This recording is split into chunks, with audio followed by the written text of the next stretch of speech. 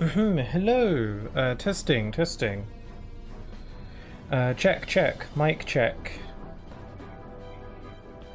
Testing, testing. Mic check. Blah. Okay, I think I'm fine. Hello. Yes. All right. It is time. It is Friday. Friday the 12th. Don't know why I'm specifying the exact date. But yes, hello, it is Friday, and I've decided to play some more Ratchet and Clank. I started this playthrough on Sunday, I think it was, last week. I was going to continue playing it on Wednesday, but you know, I don't know why exactly I didn't feel like streaming that day. Wednesday is kind of like a bonus day for me for streaming, so you know, I just didn't feel like streaming that day, so I didn't. But I feel like streaming now. Wednesday and Sunday is more of like a done deal. Like I rarely ever miss a Sunday or Friday. You know, Wednesday is just kind of an extra thing. But regardless, I didn't stream on Wednesday, so I'm streaming some more of it today. But I will probably be streaming something different on Sunday though, just because I like to have a little bit of variety and have like a couple playthroughs ongoing at a time, so that's the plan. But for now I'm playing some more Ratchet and Clank. I started this playthrough last Sunday, and I got through what I like to think the game's first act. Also, let me just check to see if my chat box is working. Let's plop a Luigi in there. Okay, it works. A little bit delayed, but it's fine. But yes, I got through what I like to consider this game's first act. The game is kind of split into 3 acts, so now we're at the start of Act 2. So yeah, I'd like to get through Act 2, because like I got through all of Act 1 in the first stream, and I'd like to like have, ideally, go through 1 act per stream, but I don't know if I'm going to be able to do that, just because I don't know if I want to stream for too long today, just because I'm a little bit tired. But I don't know, it's kind of just a I'll see how I feel kind of thing. So, I don't know, I'm just gonna see how far I can get. And just try and enjoy myself. We're kind of like in the game a bit more now, so maybe it won't take as long, I don't know. I don't know if there's like an equal amount of planets or levels for each act, I don't recall. But hey, it's whatever, I'm just gonna play and try and enjoy myself. Not really expecting much chat activity for this stream, same as the last one. Just because whenever seems like whenever I like play like a new series that I haven't streamed before, it tends to be a lot quieter than the series that I guess I've established myself as being a fan of. Whoops. Hopefully the volume is okay on your end. It should be. It seemed I haven't really changed it since last time. But yeah, I've always been a fan of Ratchet and Clank for like my whole life, but I've just never really streamed any of the games until now. So, but it is a series that I would like to stream more. I'm kind of just like trying it out this time. Okay, we gotta go. But you know, if I never stream it, then you know, it'll never get better. So I gotta start somewhere. Yeah. So just arrived here on Planet Battalia, and now we're in the beginning of Act 2, and Ratchet and Clank have already started hating each other now. I never really cared much for this act when I was little. Not because of the levels. Like, they're fun. Like, I don't know. There's, like, one level that I don't care for, but aside from that, like the gameplay-wise, the game is, you know, as solid as ever. It's just, like, story-wise, I never really cared much for this act. Just because throughout this entire act, Ratchet and Clank are arguing with each other. Which is, like, I can see, like, how that's interesting, because I imagine not a lot of platformers of this time did stuff like that. But their conflict is a little bit... I don't care much for it. So at the beginning of the... at the end of the first act, like the first act, what that was all about was finding Captain Quark, who is like a famous superhero, to save the galaxy for them because Light Drek is tearing pieces of planets away and destroying them. So the first act was about these two looking for him so they could help.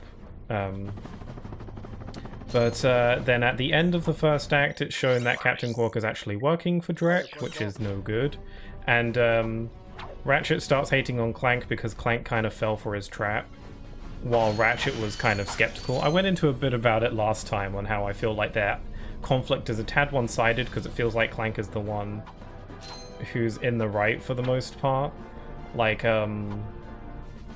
Ratchet specifically hates on Clank. I don't think Clank really hates Ratchet much. Just, you know, he's kind of just whatever about it. But yeah, Ratchet starts hating on Clank though because you know, Ratchet kind of fell for Quark's trap, but like my argument to that is Ratchet kind of fell for it as well.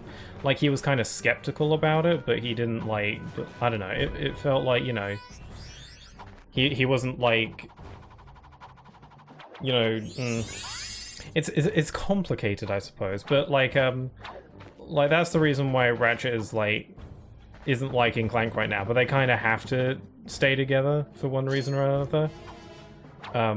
But what my main issue is that Ratchet takes every single opportunity to like bash on Clank. Anytime he gets the chance, he will do it, and it feels like very overkill. It just comes across as being really mean for no good reason. I think it's like, you know, Ratchet just kind of has like some anger problems, and he doesn't really have and like he's frustrated at Captain Quark really, but you know, Clank is the only one currently around right now for him to direct his anger at, so... But still, it doesn't, like, paint Ratchet in the most likable light, so... I never really cared much for this act because of that. Like, again, gameplay-wise, the game is, you know, fine. But just because of how often Ratchet likes to put Clank down, it made me not, like, care much for this act when I was little. I don't know, I'm a simple guy, I don't like it when characters I like fight with each other. But I don't know, I do kind of appreciate, because, you know, platformers, especially around this time, were very simple in their plots, I guess, and this is like, I don't know, it's an interesting shift. So I don't know, I kind of appreciate it a bit, but I don't know. If there was a way to do this conflict and make it feel like, I don't know, both sides of the argument have valid points, I think it'd be better. I just feel like Ratchet is so, like, the one in the wrong here, and it's so obvious. At least to me, I don't know, it depends how other people would see it. But, I don't know, I just end up feeling bad for Clank most of the time.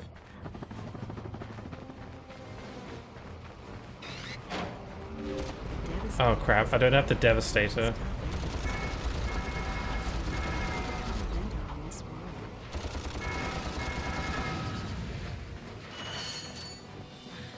Phew.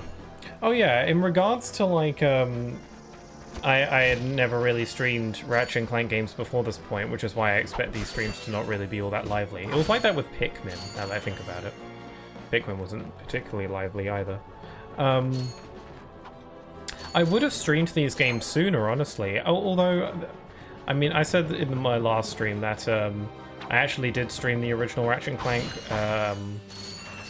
once before for like an anniversary stream of mine where I tried to speedrun it, quote unquote. It wasn't like a proper speedrun, it was like I just bashed my table. It wasn't like a proper speedrun, it was like I'm just going to try playing this game kind of quickly and trying to beat it in one go. So I technically have streamed a playthrough of this game before, but not like a proper one. But that was the only time I had ever streamed a Ratchet and Clank game before this point. But I would have streamed some of these games a lot sooner if they were just more convenient to play. Because I'm playing this off of the PS3, and honestly, streaming off the PS3 is kind of a hassle. Like, I need to use extra cables and stuff, and the PS3 is just kind of old in general, and I don't really like having to dig it up, and my controllers are a little bit iffy with it, and blah blah blah blah blah, so, you know, streaming off the PS3 is a little bit inconvenient. So I would love it if these games got ported again, because technically this is already a port, because these are PS2 games and I'm playing the PS3 version. Whoops, I died. Okay, kind of a blessing in disguise, because now I have enough bolts to afford the Devastator, which is a really good weapon. Hi there, Fuzzball. Yeah. This is essentially just a rocket launcher. It blows stuff up real good. It's a pretty simple one. A lot of the weapons in this game are fairly simple. I think I said it before, like, the series is kind of known for having these, like, wacky over-the-top weapons, but this game kind of keeps it fairly tame. For the most part, I'm gonna have my thing set here. So yeah, essentially it's as simple as you point and shoot, and it shoots a giant rocket that homes in on enemies, and it's got crazy range. And yeah, you don't even have to aim it too thoroughly. They like heat seek on their prey. So yeah, this is probably one of the best weapons in the game, and it's something that, like, once you get it, you're probably going to be using it fairly consistently throughout the rest of the playthrough. Though it doesn't have the most ammo in the world, so kind of have to be smart about how you use it. It just occurred to me that I didn't purchase any additional ammo for it. Whoops-a-daisy. Whoop.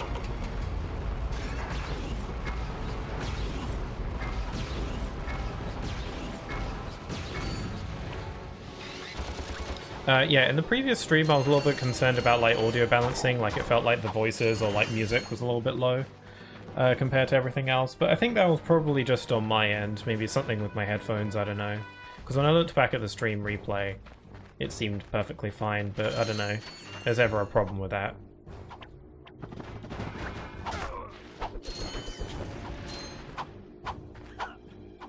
But yeah, I would have streamed these games sooner if they were more convenient to play. They're like, these are PS2 games, and I'm playing the PS3 version, which in themselves, the PS3 versions are a bit glitchier than the originals for various reasons. Most of the glitches are really just visual stuff, nothing that actually, like, affects the gameplay all too much, as far as I recall.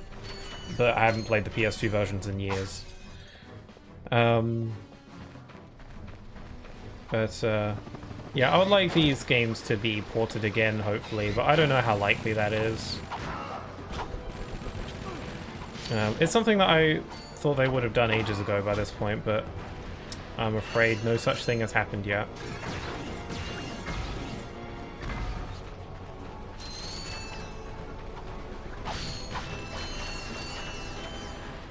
Okay, we've got to take out this big tank, but we've got these little bomb guys in the grass. I'm being a little bit reckless. Yeah, I hope everything's working okay. I was a little bit nervous about streaming off the PS3 last time, and I still am a bit now. Okay, now I've taken off its weapon, can I just not hit it until it dies? Why did you see my bomb glove?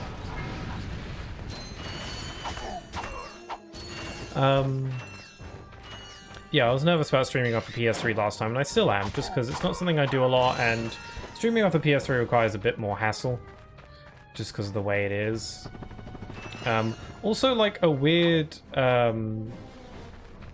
don't know, weird thing about streaming off the PS3 is that I, like, have to resize some of my, what are they called, sources on OBS because of the PS3. I have no idea why, I just have to.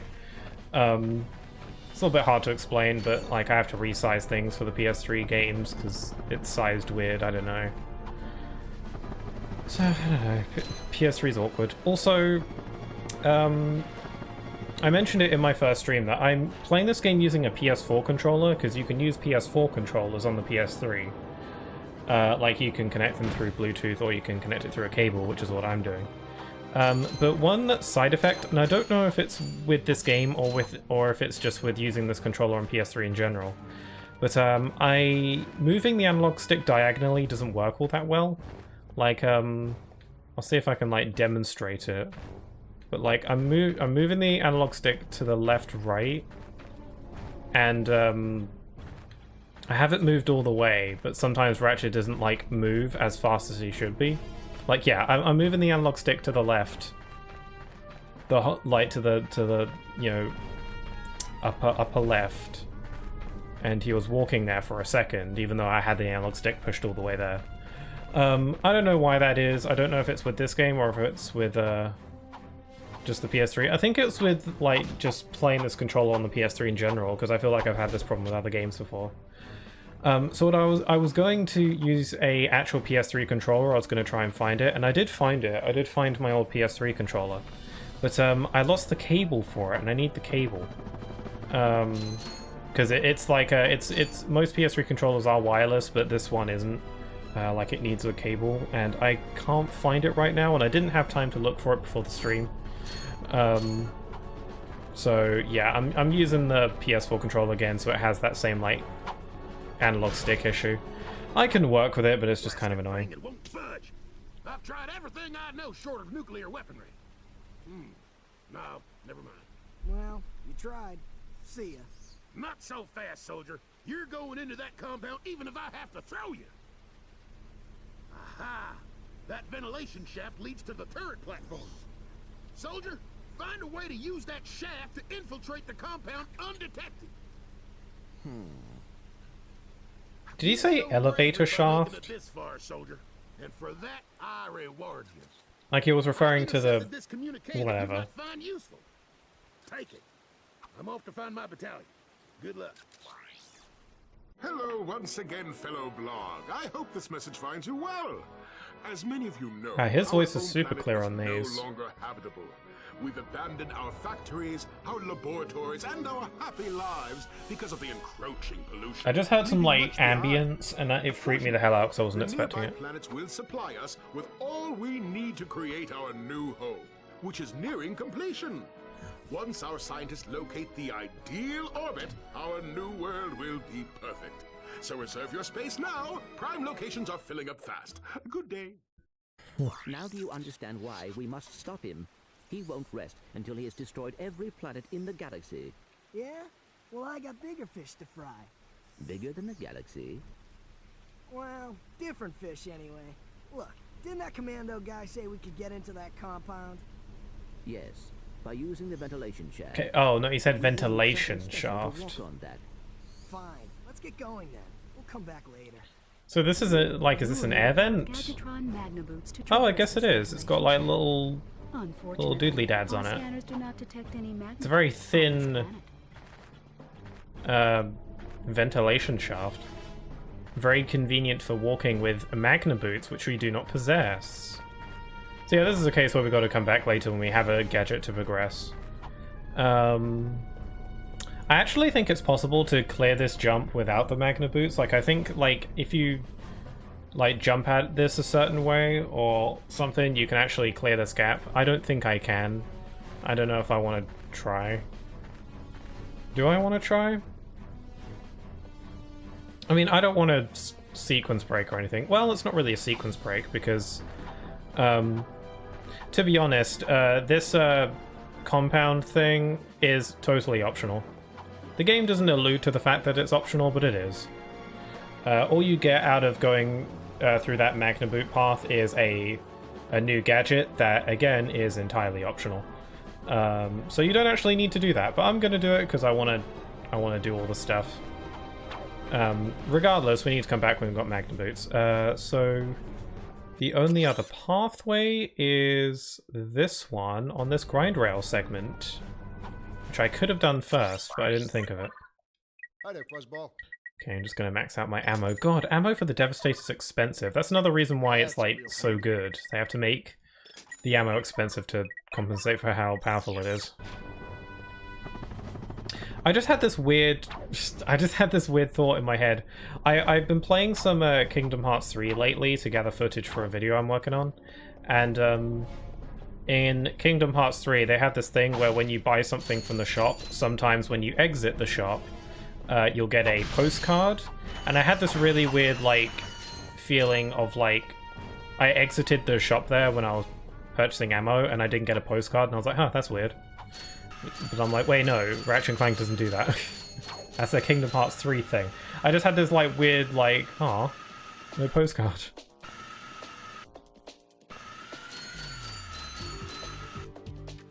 Okay, we've got grind rails. I like grind rails. Just in games in general. Like, the rail grinding in games doesn't really have to be all that complicated. I just think it's cool. Like, Sonic games have rail grinding, and a lot of people really praise the rail grinding in like Sonic Adventure 2 because there's like a lot more skill to it. Like, it's not just like grind on the rail and you get from A to B. Like, you have to balance on the rail to go faster. And I think that's really cool. I see why that's cool and why people like it. But rail grinding just in general is something that I enjoy. I guess I just like the visual of it. I just think it's cool. Just cool looking. So I don't really need much like mechanical depth to enjoy it. If it's... Because this game, like, you can lean left and right, but you never have to. It's just like, you can. It doesn't affect your rail grinding at all.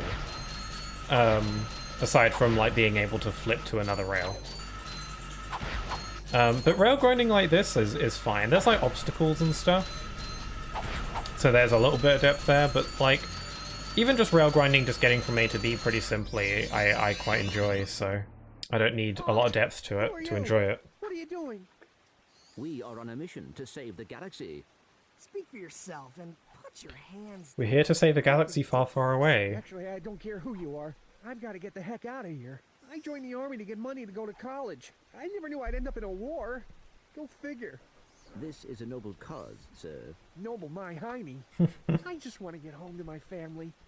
Here, I pulled this... Yeah, the voices are pretty quiet on my end, but I think for viewers it's fine, so...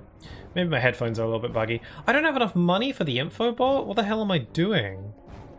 I never usually... I feel like I've been pretty tight on cash throughout this whole playthrough.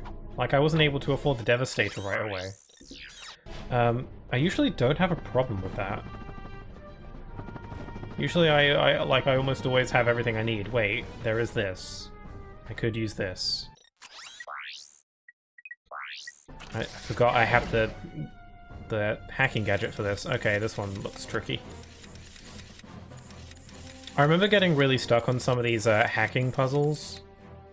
To the point where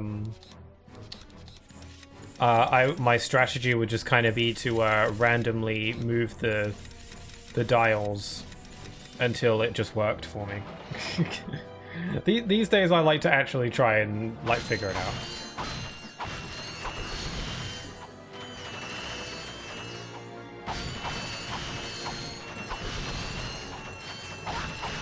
Oh yeah. This'll help. If only I had gotten this earlier. Yeah, I feel like I'm just really tight on bolts in this playthrough, and I don't know why. Maybe I have been like trying to buy everything, like every weapon. Sometimes I might like skip like the Taunter, because the Taunter's stupid. Okay, one thing I do like about this game is that they don't make you ride the rail again if you've already been here. Like, this game is very good about giving you shortcuts and ways to like simplify backtracking. Like, you never really have to backtrack too terribly much, even if you need to go back to an older planet to like get something you missed, or to get like, because you didn't have a gadget for something, there'll always be like a teleporter or shortcut or taxi that you can take to get back to where you were. As long as you've been there already, you've already, like, I've already proven that I'm able to ride the grind rail to get here, so the game's like, okay, you know, you've proven that you can do this, so we're just gonna speed things up and give you a teleporter if you need to go back. Which is good, because this game occasionally asks, like, has paywalls like this, and if you don't have enough bolts, then that would kind of suck if you have to do the whole challenge again to get back. We're about to test our newest automated pilot's helmet. This helmet allows pilots to control our latest high-tech fighters using only their thoughts. Please enjoy the demonstration. This is a planet I always forget about.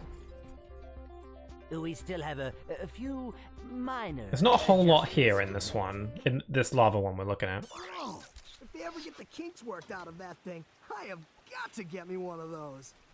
If they are working for Chairman Drek, they may know where he is. Is that all you can think about? Drek this and Drek that? I got my own... Wow, they used 2 exclamation If you cannot marks. see the importance of this situation, you do have problems. Yeah? Well, if you're so smart, how come you fell for Quark's stupid trick?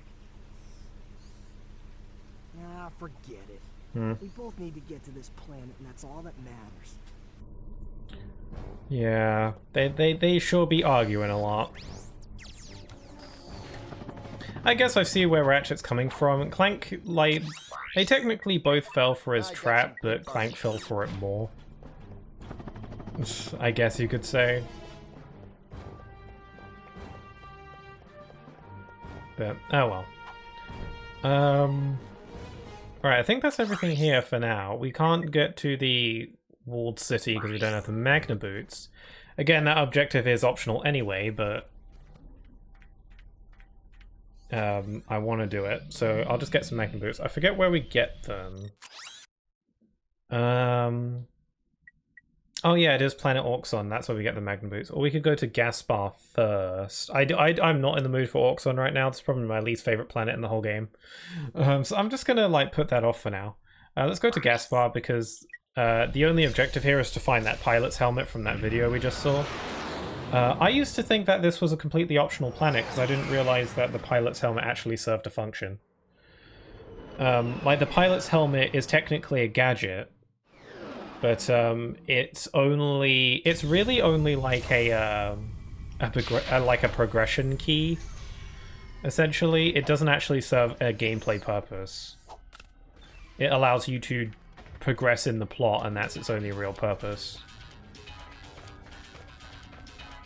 Like, it doesn't have any sort of, like, function. It's not like the swing shot where you can use it to, you know, swing around, or like the Sonic Summoner that allows you to summon a sand mouse. The pilot's helmet doesn't do anything aside from let you continue the game. So because of that, I actually thought that the pilot's helmet was completely optional because I didn't realize that what its purpose was. Because I just assumed it did nothing. Okay, we can go down this way, actually. I don't remember this path being here.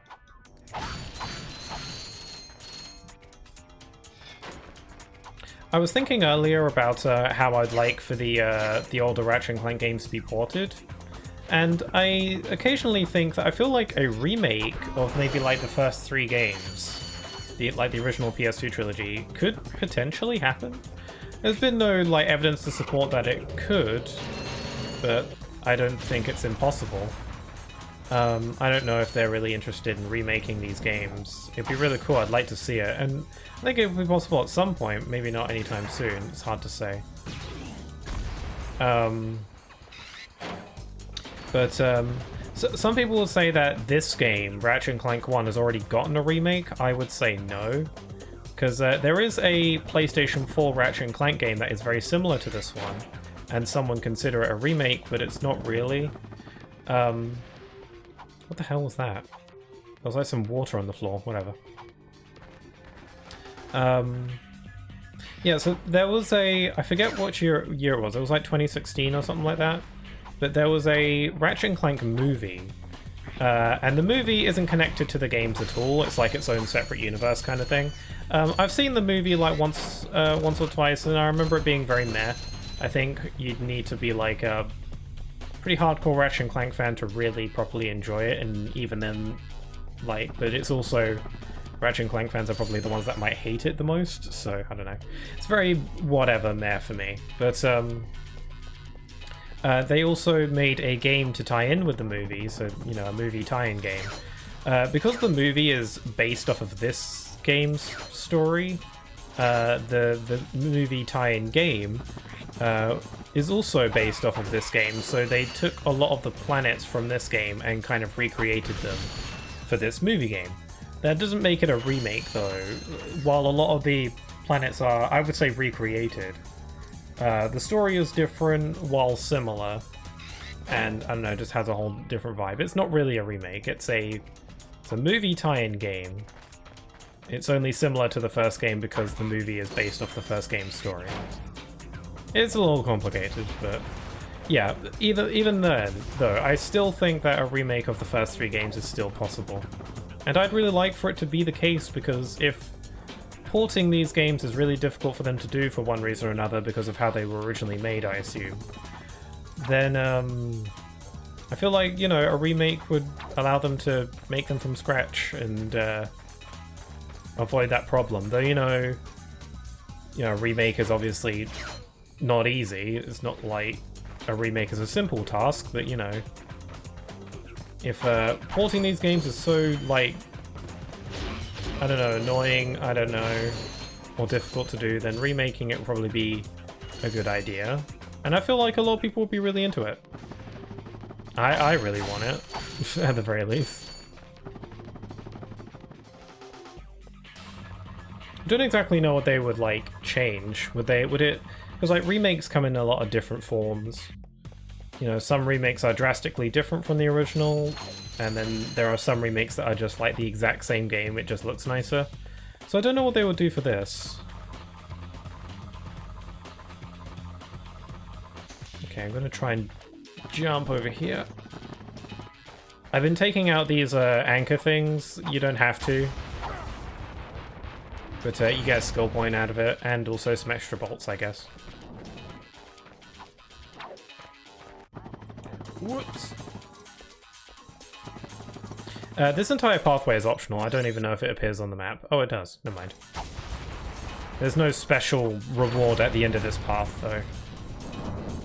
It's kind of supposed to be a hidden pathway. I think there's a gold bolt, yeah. But like that, I don't really consider that like a main reward. Gold bolts are like complementary things that are supposed to be hidden.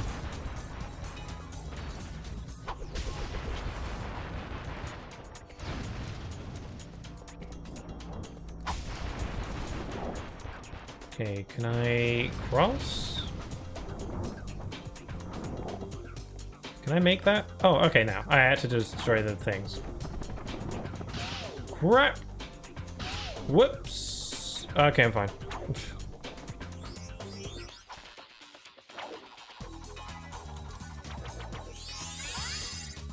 But yeah, I stated it a few times before, but another reason as to why I'm streaming this game. Oh wait, I forgot one of the little things. Maybe I can shoot it from here.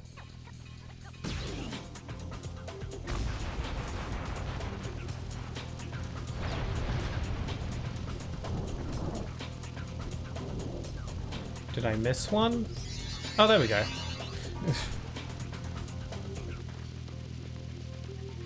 Oh god, there's a bunch of enemies.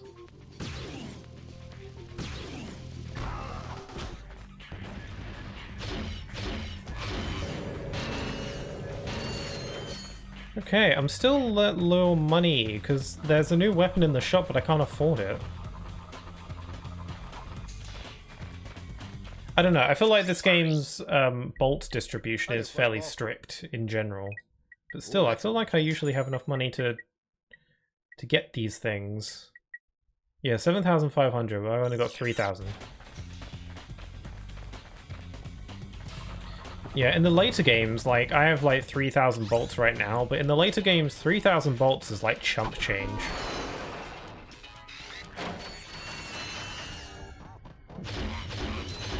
You know, bolts aren't as much of like a... Not being able to afford new weapons when they appear in the shop is not as much of an issue. It kind of depends on how thorough you are at exploring. And defeating enemies and whatnot.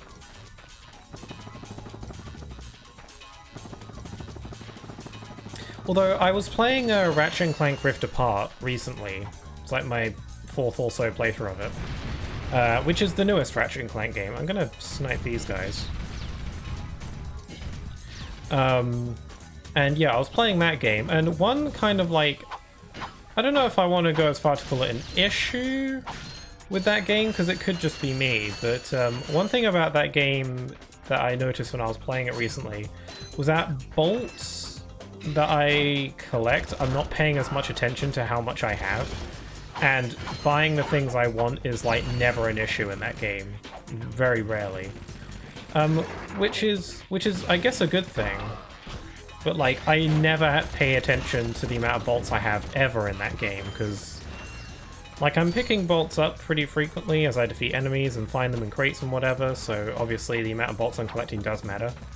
If I ignored all the crates and stuff, then I would find myself not having enough to buy the things I want. But yeah, I don't know, I'm never like paying attention to the amount of bolts I have in that game. It's like never a problem.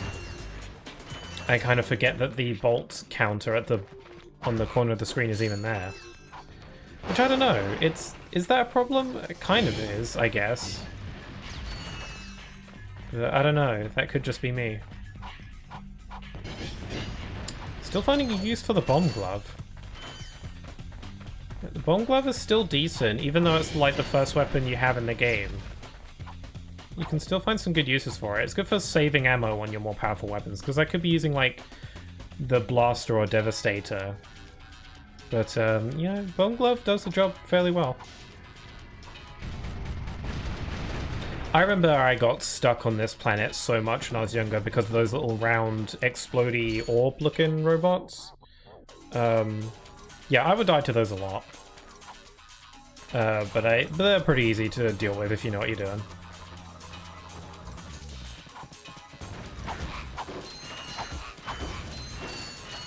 Okay, I'm gonna try and... Oh god, didn't see that. Oh god, there's a lot. Oh crap, okay, this is why I died to them so much.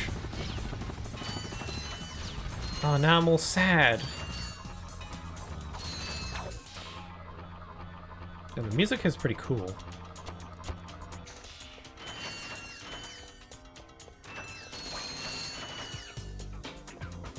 One weird detail that's not like important at all is that I do like how when you're up against a wall or something, Ratchet will kind of aim his weapon upwards. And then even if you fire, he still shoots it. He shoots it upwards and everything. I don't know, that's just kind of a weird detail. Like, he's holding it forwards, up against the wall, he's holding it upwards. I don't know, that's just a interesting animation detail. I don't know if the newer games even do that. It's not like it's necessary, but I don't know, it's just kind of cool. God, the frame rate does not enjoy this. Holy crap.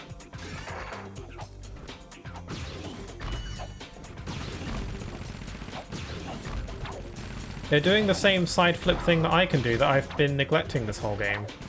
I feel like this is kind of the game's way of telling you, hey, you should do what these guys are doing and side flip. It's pretty clever, actually. A little clever piece of design to use the enemies to kind of hint at like a strategy you could be using yourself.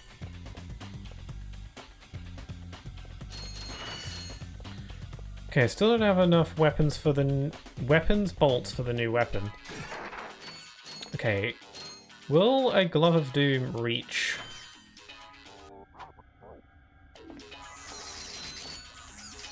Will they like know to seek them out? Oh yeah, there we go.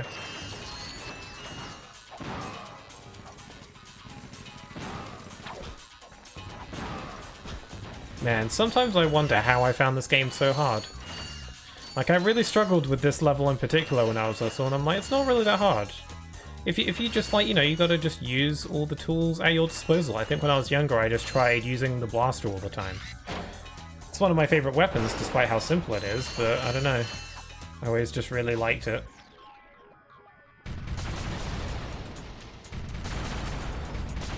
Oh my god, I just noticed that these monitors have the actual level's map on it.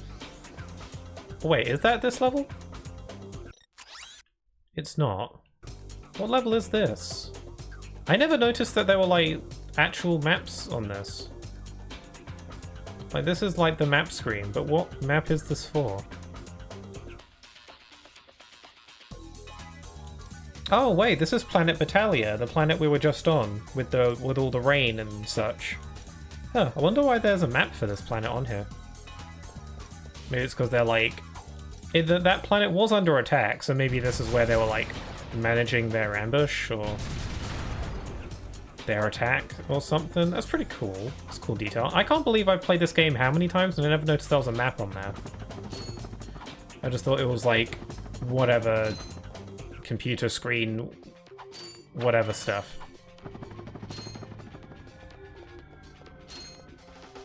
Okay, I need to shoot this door. Okay, there's more enemies over there. The range on the Devastator is crazy. You can snipe with this thing. The series would later end up having proper, like, sniper rifle weapons, which I really enjoy. I'm not really, like, into shooters. I have exceptions to this, but I'm not usually into, like, first-person shooters or, like, games that are pure shooters. Like, this game has, like, shooter elements, but it's, you know, it's a platformer. It's an action platformer, really. Oh wow, the Agents of Doom are like really good against them. Huh. I should have thought of that when I was little. But yeah, I'm not really all that into shooters, but I do like sniper rifles in like these games, or like Uncharted or whatever. I don't know what it is. I feel like sniper rifles are just really fun. I guess I just like the sneakiness aspect of it, and just like, it's really satisfying to like snipe an enemy from really far away. Something really enjoyable about that to me. Yeah, this series would later get some like actual sniper rifle based weapons, and they're always pretty fun to use.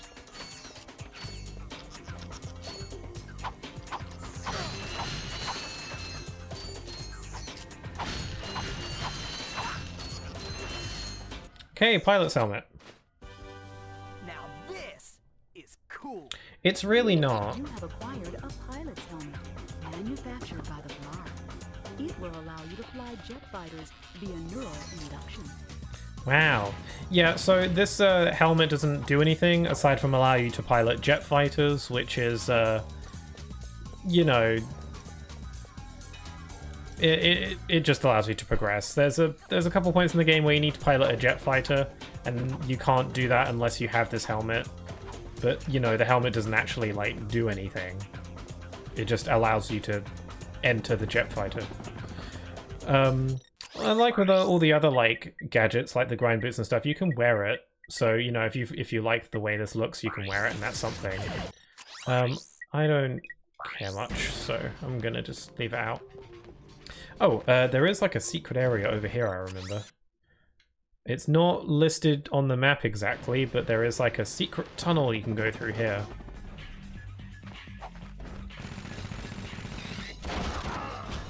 I think there should be a gold bolt.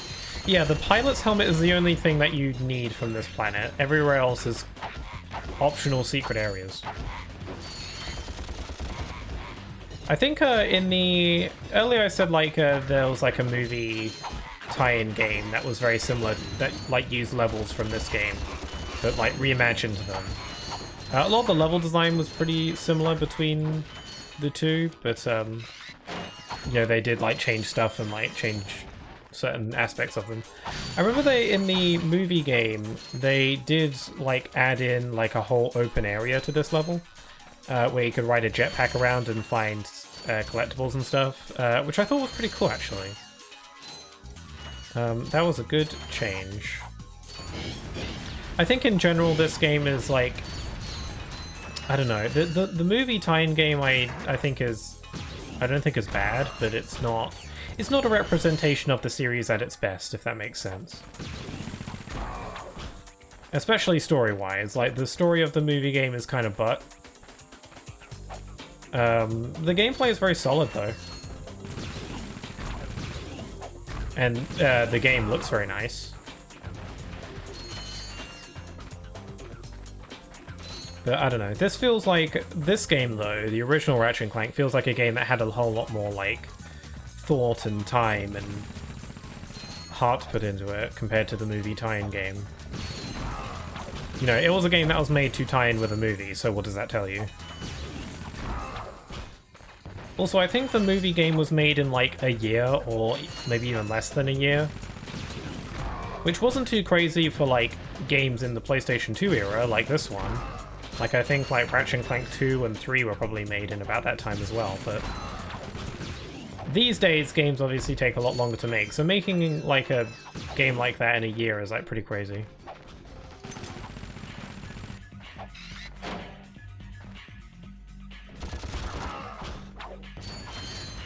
Okay, I'm out of Devastator ammo, so I'm gonna send in the little ones.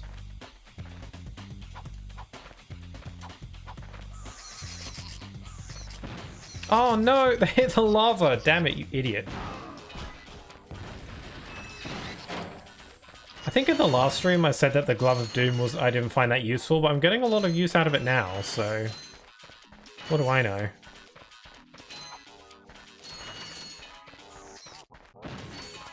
These red lava rocks look really scrumptious. Probably don't want to touch them though.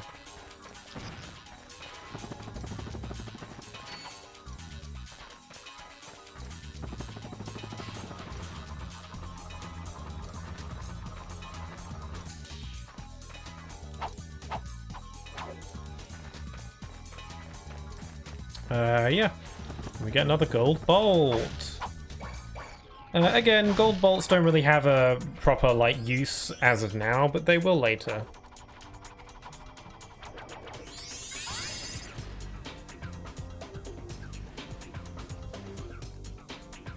Hold the phone. I'm holding my phone currently. I have a feeling I might have like some kind of internet issue right now, I'm not sure.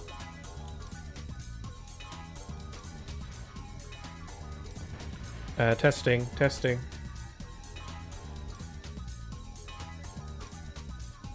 No, I think I'm fine. I thought I was having a bit of an internet problem there for a sec. It's fine. Just nervous as usual. Okay, I can afford the Walloper right now, but a part of me feels like I should not. There's a point later in the game where you get a discount on weapons here. I think it's just like a 10% discount or something like that, not much. But maybe I should wait until I get a discount, because I don't even really like this weapon. That's a real beauty. It's not that useful. Like, I don't know, maybe if you're really desperate, because the Walloper is... I don't know, the Walloper doesn't actually use ammo because it's a weapon that punches. It's like it's a melee weapon, it's not like a gun. So it doesn't actually use up ammo, so if you run out of ammo on all your other weapons, I guess it could be useful to fall back on, but I don't like it very much. So maybe I'll not get that for now and just save it for later. Okay, I held off from going here before, but now we've got Planet Auxon, my least favourite planet in the whole game. I feel like I appreciate it more now, but when I was little I hated this planet, my least favourite part playing this game. And it's for a good reason.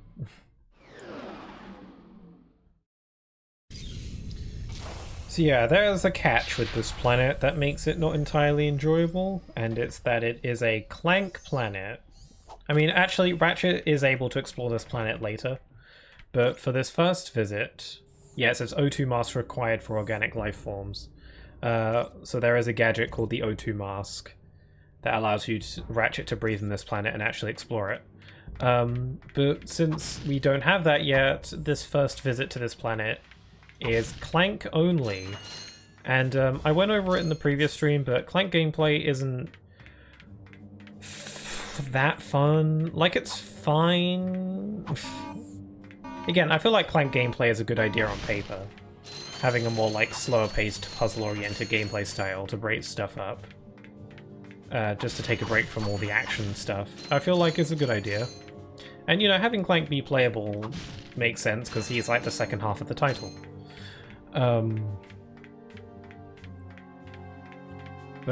Yeah, Clank is slow. And his puzzles, quote-unquote, aren't that thought-provoking. So the idea is that you just go. Also, yeah, my controller isn't allowing me to move diagonally very well, which is annoying. Maybe it's some kind of analog stick calibration issue. I don't know if the right stick has the same problem. It's kind of hard to tell.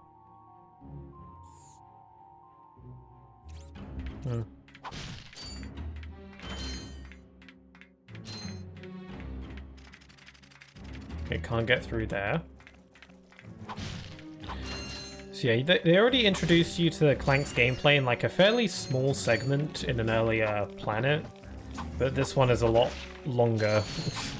I don't remember if there are any other Clank segments after this point, I don't recall. Gadgetbots can't climb, but you can use your enter command to send them into the bot port.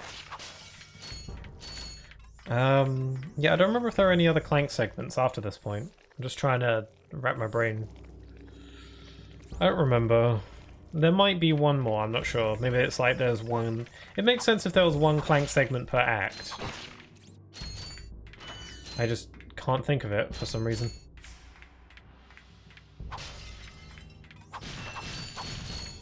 Yeah, so usually the puzzles in these Clank segments revolve around get these Gadgetbots to the doors, the key doors. And you know, they can't jump, they're pretty fragile, so you kind of have to work around their limitations to get them to where you need them to be. And it's never anything too crazy or difficult. I used to struggle with this segment a bit when I was little, but like these days I don't have a problem. Like, you can't kill this thing as Clank because it's too powerful, so you need them to help you out.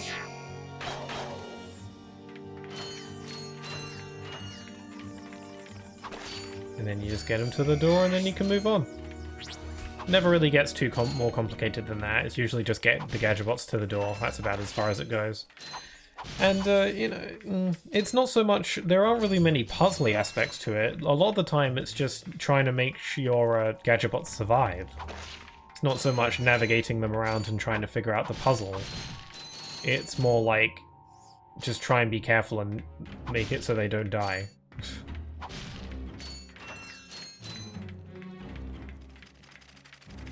I guess there is potentially a puzzle in finding where all the Gadgetbots are, because you have to find them all, but they're never, like, hidden that well. You just kind of explore the room and find them. So, I don't know. They improve on Clank gameplay in the games as the series goes on, admittedly. Like, you know, it gets better. It's something that gets better gradually, though. It's not like Ratchet Clank 2 has, like, a gigantic 180 in terms of Clank gameplay being like the best thing ever. No, Clank gameplay in Ratchet Clank 2 is still kind of, you know, whatever. But it is better. And then it's better even more in 3. Depending on what you like, I guess. And, you know, Clank gameplay just kind of improves a bit. It's never like the highlight of their respective games, though.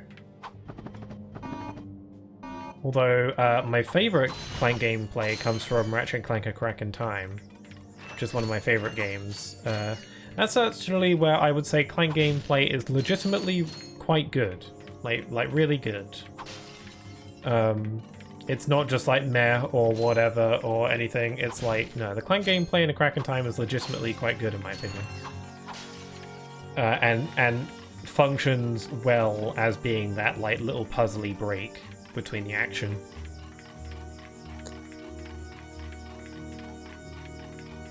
Okay, so we need 6. I think we have all 6. And then just get him in the door. So yeah, I didn't even like have to solve a puzzle there. I was just kind of gathering them all up, getting them in the door.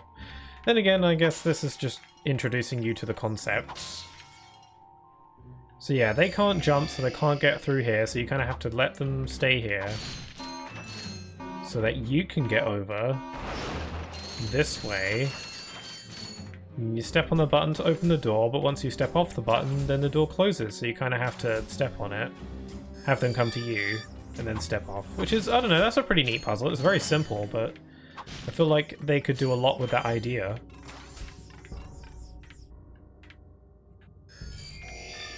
Or you could have them step on the button for you.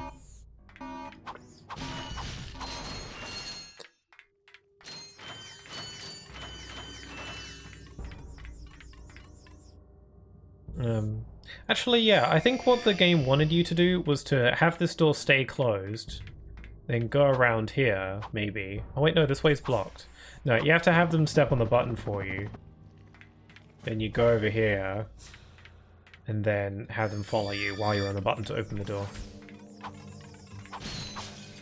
Yeah, these are the more the puzzly things that the Clank gameplay should lean into more. But it doesn't always.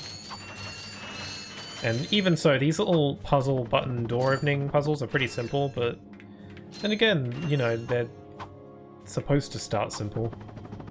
But I feel like these like puzzles could like be a lot. They could do a lot more with them, and I don't think this game really does all that much. In later games, perhaps. So you plop them in there, destroy this thing. Getting some decent voltage.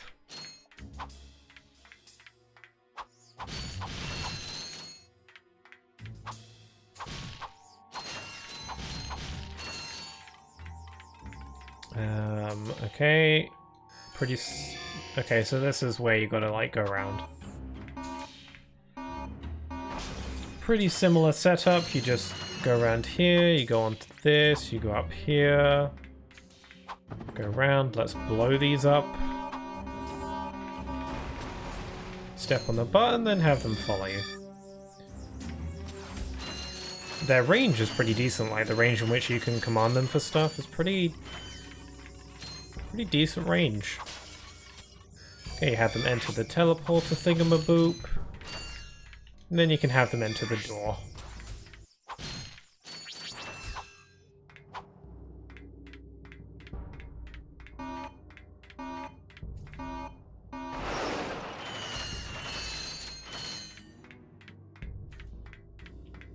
Okay, there's some stuff on these monitors as well. Oh yeah, these I never pay attention to some of these like background details, but these are other planets. That's planet Gaspar we were just on, and that's is that a later planet in the game, or is that a planet we went to? Oh wait, no, that's the blog station. Interesting, so they're monitoring these other planets. No, it's pretty cool. And again, this planet is like long abandoned, so... Well, not long abandoned, but it is abandoned. How do I get this? Yeah. Okay, we got here the Magna boots that we needed. They're freaking giant. Maybe it's just because Clank's a little guy.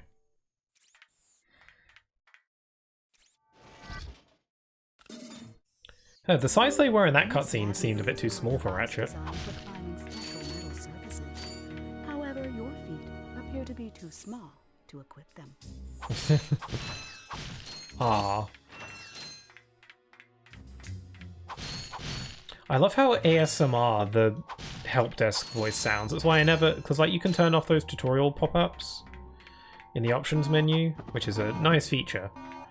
But I don't, because I love the voice too much. I think she has a lovely voice. Whoever did the voice acting for the help desk lady is brilliant. Most of the earlier Ratchet and Clank games have like that help desk tutorial pop-up lady. But it's always voiced by someone different in each game, and I feel like this one has the best. All the others are pretty good too. I mean, I'm pretty sure they're voiced by a different person. They all seem to sound pretty different.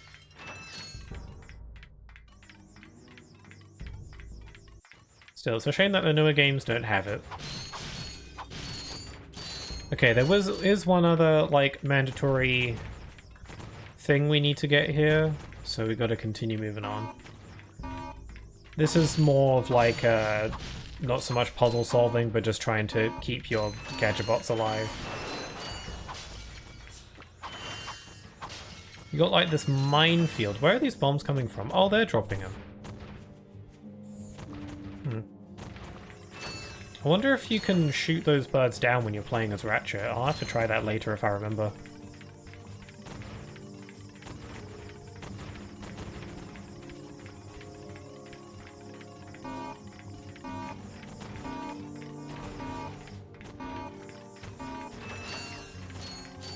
Okay, grab that one. Yeah, what's annoying is that if your Gadgetbots die, then they return to the place you found them. And it's just kind of annoying because you might have to like backtrack pretty far to find them again. Oh. Yeah, that one got a bit too close to the blast. That's fine, though. We quavefully these bombs. Oh, yeah, I got this room.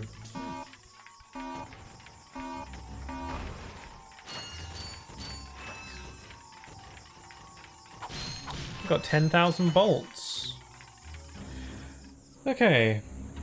I guess this is kind of puzzly. Like, you have to, like, watch and wait to see where the beam is traveling so you can avoid it.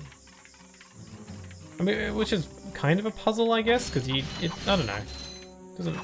I don't know if I'd say this is a puzzle. It's mainly just, I guess it's more skills-based. You just kind of have to watch and look and listen.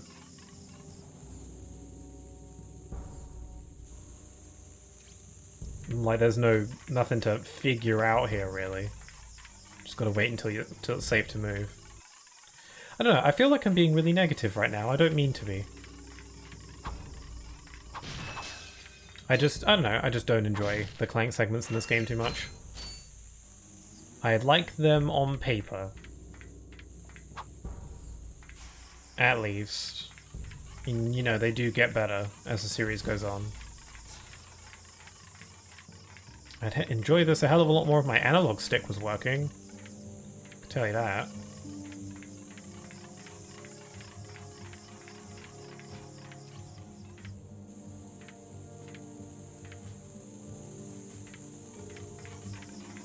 Okay, just move over here. And up. Okay, where's the laser thingy coming from? Is it coming from there? Yeah, okay. That should be fine then. I'm usually very careful about this bit with avoiding those lasers because I remember dying so much at it when I was little and being so annoyed about having to run all the way back to get my Gadgetbots that died. There was some boiling pea soup right below us. I mean, pea is the vegetable. Just so that's clear.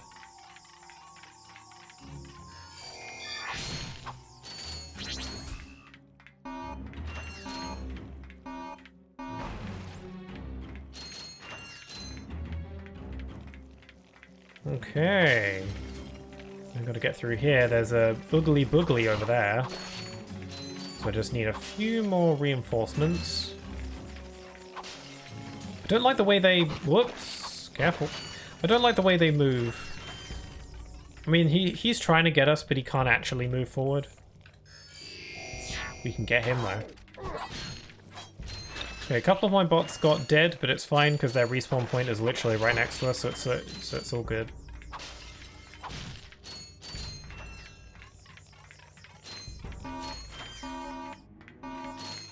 I'll tell you what, this again, I've said before, but like the sound design in these games is really good.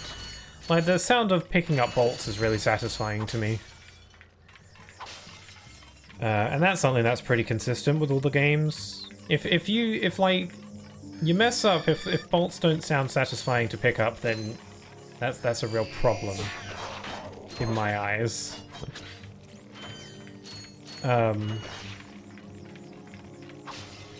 Yeah, that's something that's pretty consistent with the series. Bolts being satisfying to pick up. They do change the sound effect between some of the games, but they all, even when it's a different sound effect for picking up bolts, they still pretty satisfying no matter what. So good on them. My little army. Little army of menaces.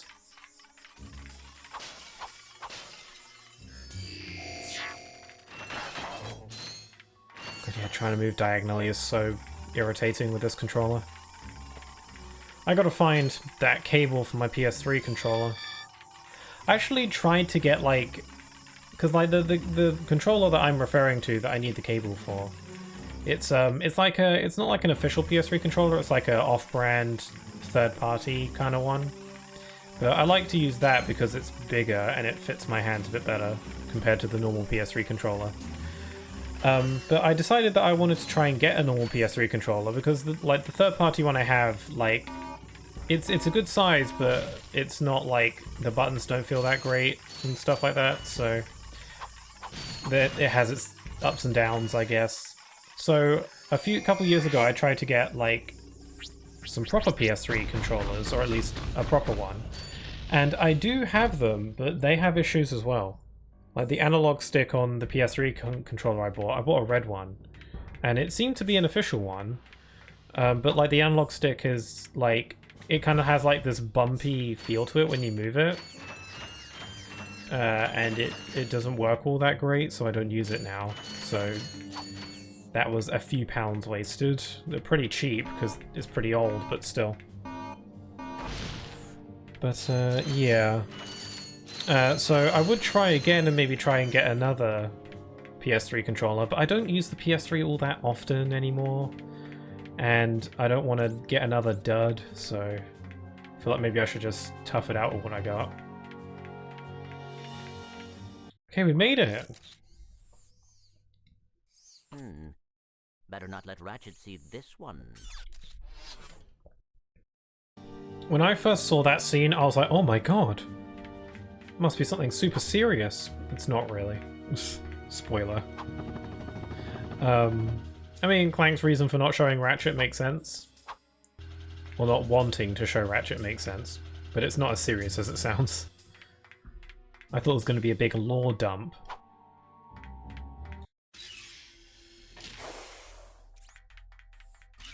His little feet, his little tappy. Got the Magna boots. Hey! You giving me these or not? They are magnetic. I appear to be stuck to them. Oh. I like that they still do a little cutscene of him giving them the gadget, which is nice. Also, there is no way in hell the ship is this big on the inside. Metal filings, dust. You know what I mean. What is it? I will show you this, but you must promise to stay focused on our mission. Is it something about Quark? Cities are full of smog, swamps are full No, of it's a holiday. Here at Joe Resort, the sun shines 24 hours a day. Visitors get a free O2 mask to explore our warm waters. The benign marine life will welcome you to the big blue world under the sea. You can also use our complimentary flippers to partake in speed swimming.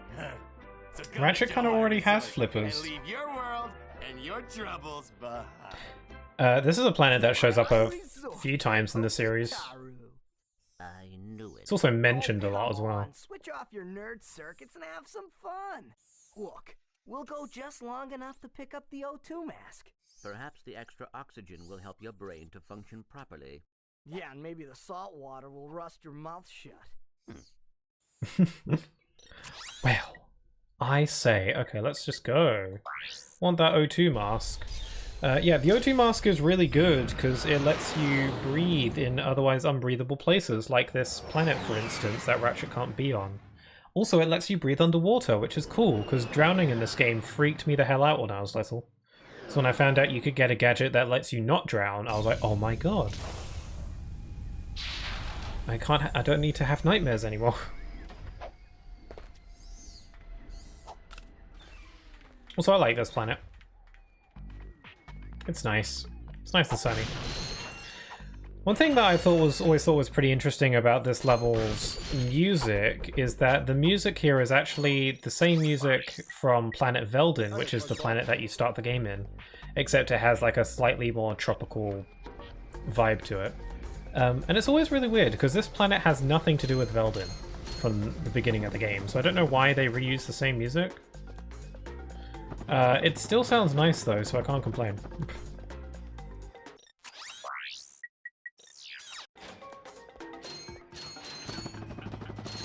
Hey, you two are the first friendly faces I've seen in weeks. You are friendly, aren't you? To you, yes. To him, no. See, that was very unwarranted. You didn't need to say that. Since the Blarg began dumping their toxic sludge into our ocean, his voice kind of sounds weird. Has like a weird echo to it. Yeah, you could say that. All my customers either left or became lunch. So I'm closing the place down. However, I just so happen to have one, count 'em one, O2 mask left. How much? It kind of sounds like his voice is going through a radio filter. I said I had a deal, and indeed I do. Or maybe that's just his voice. Get rid of those Blarg ships, and it's yours. Also, Dragonfly, you redeemed Hydrate. Thank you very much for that. You can use our jet fighter. Jet fighter, eh? All right. But you better not try to stiff us. Okay, let's go.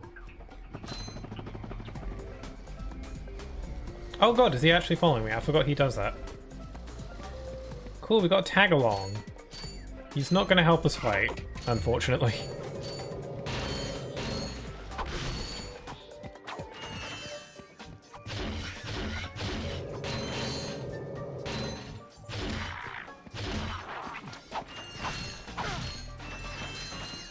I remember really struggling with this bit when I was younger as well. Yeah, attacked by a lot of these little pufferfish. The Pyrociter is good for taking them out. It's good for swarms of little enemies, because you can just like spin around. Whoops. It's nice that he stops for you if you jump off the thing.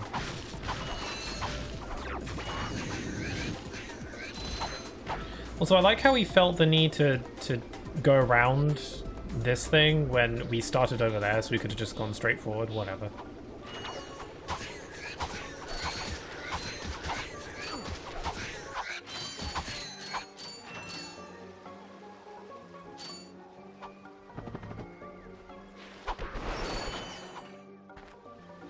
Oh yeah, there is like a sand mouse house over here that I could use with the Sonic Summoner. Again, I don't really find these all that useful. I'll just use it just because why not? They don't last that long and they can't stray too far away from their house. Also, you have to keep the Sonic Summoner equipped in order for the sand mouse to stay with you. And the Sonic Summoner looks dumb. Also, it's clipping into Ratchet's head a little bit because that's like a glitch with the PS3 version.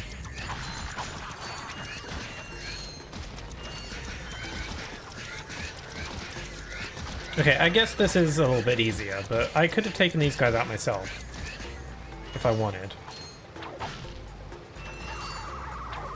They would end up like the whole concept of having like a little companion that helps you fight is like a concept that they would end up revisiting in later games. It's done a lot better if you ask me.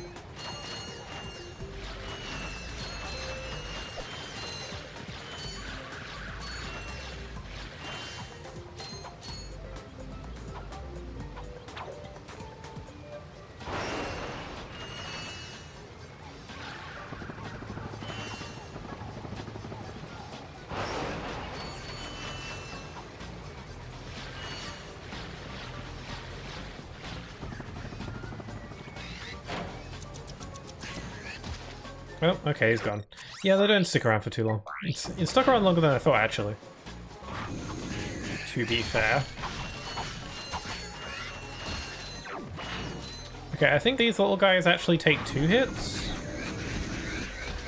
Yeah, I think they do.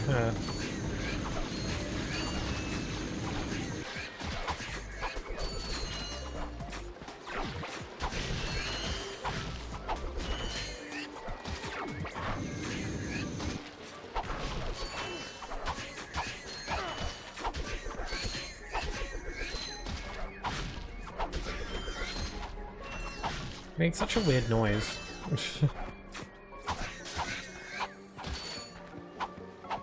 There's an enemy in this game that makes a certain noise when you defeat them. Like every enemy in this game has like some kind of cry or something that happens when you defeat them.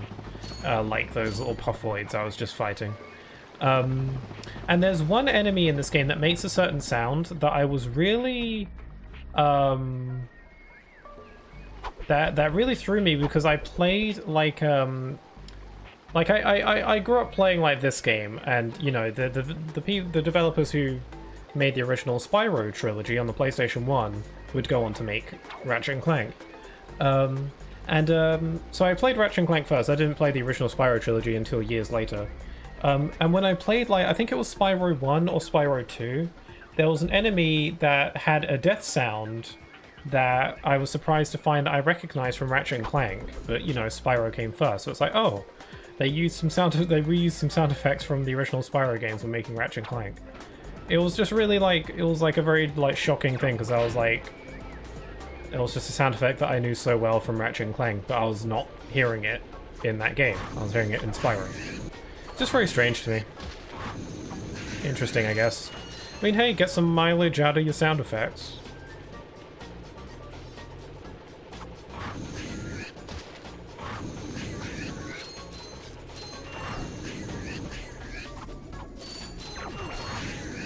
Certain aspects of game development like that is really fascinating to me. Like, how exactly do you make sound effects for some of this stuff?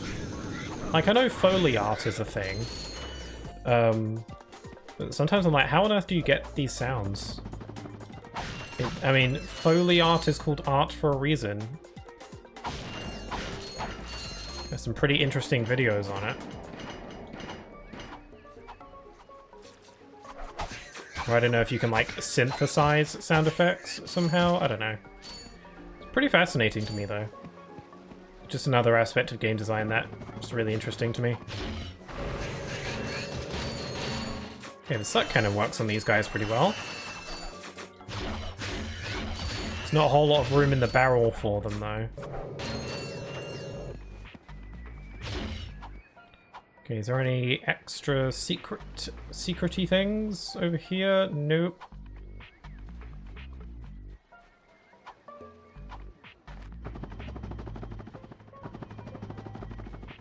Oh, there was a recent... so Ratchet and Clank is a series that's you know, pretty dormant here and there. Like, I mean, once upon a time, Ratchet Clank had like a new game every 1 to 2 years. Kind of like Kingdom Hearts in that way. But you know, in recent years, the series is like, you know, it kind of just shows up and then there's like years until a new game.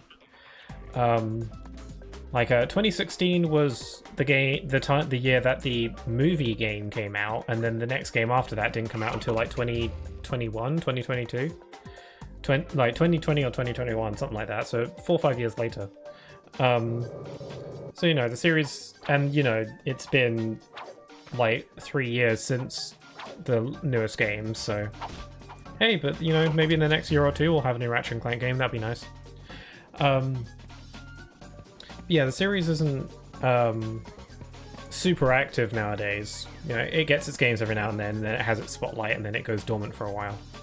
But we did get some interesting Ratchet Clank news recently, like a couple days ago, and that's one of the PSP Ratchet Clank games, Ratchet Clank Size Matters, is being put onto the PS4 and 5 through their like PlayStation 2 or like PlayStation Classics like emulator lineup thing, which is pretty cool.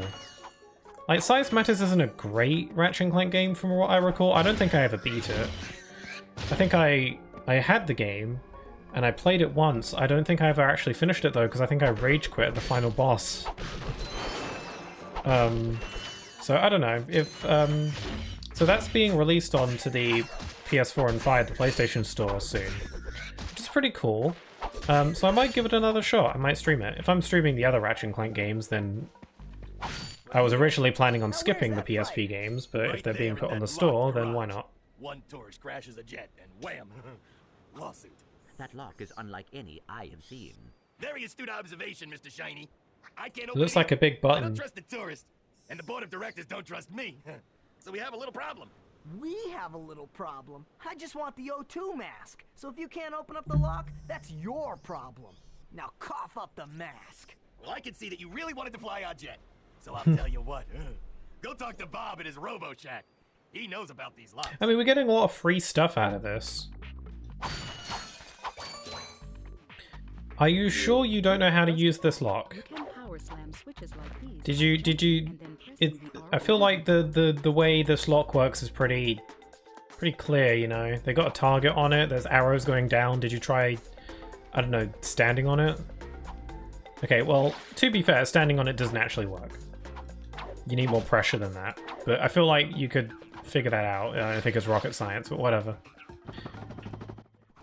Well, what have we got here? Hey, watch it. I recognize that work. Y'all been to Seattle, ain't you? Yeah, he installed the helipack. I can see that. I taught that idiot brother of mine everything he knows. Idiot. Look, if you want some real hardware, I can fix this little feller up with a thruster pack. Ooh. Will it help us get past that weird lock by the fighter garage? Ah, you know about those gizmos, huh? Well, it sure as heck will. It's got a real special power slam move built right in. It's a good thing I need this to get to that jet, or you'd be out of luck, pal. Oh, we have to pay. Never mind, we're not getting free stuff. I've got it.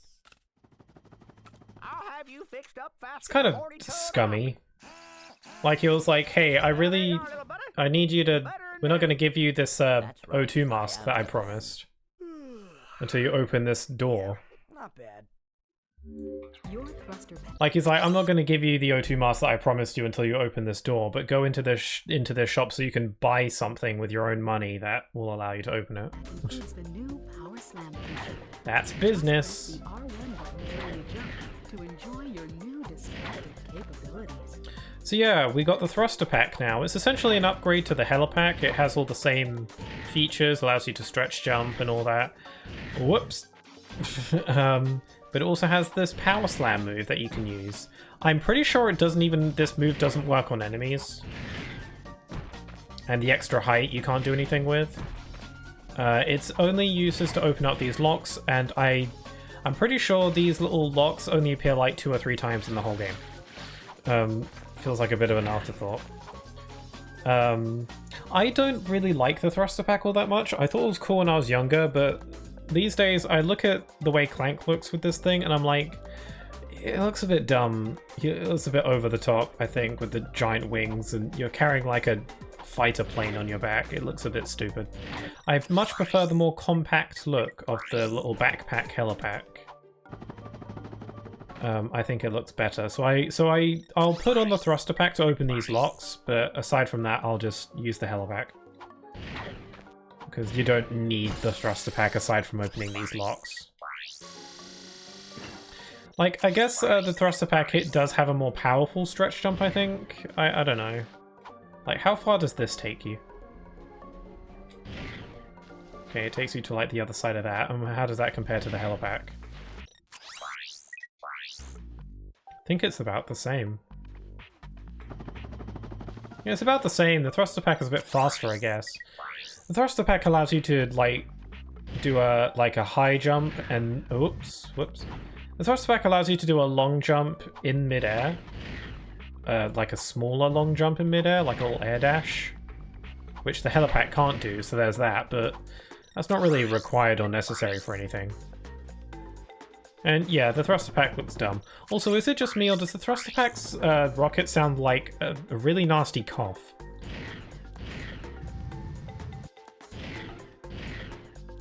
Yeah. Also, actually, the thruster pack does have one more additional feature that the helipack doesn't have. You can hover with it. Wow. But while you're hovering, if you hold down the L2 button or the R2 button, you can strafe, which is a feature that is pretty useful on paper. But it's strafing is like something that really benefits the game a lot. From Ratchet Clank 2 onwards, you have the ability to strafe whenever you want. But in this game, you can only strafe using the hover ability with the thruster pack. And it's kind of sucky because it's pretty slow and clunky and you can't jump while doing it. Like, I guess this could be useful in certain situations, but I feel like it's more useful to just fight the normal way. So, you know, props for trying, but strafing this game is kind of butt. Press the square button to fire the machine guns. And Oh god, the up and down is freaking inverted on this.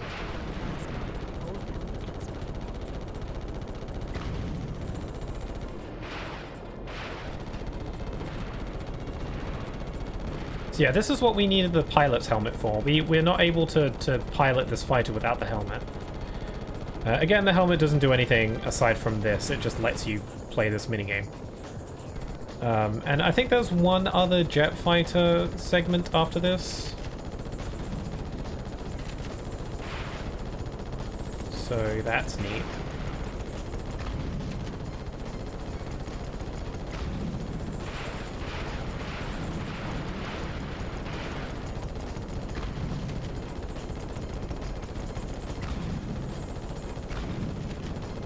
I like how you can still see, like, the whole level.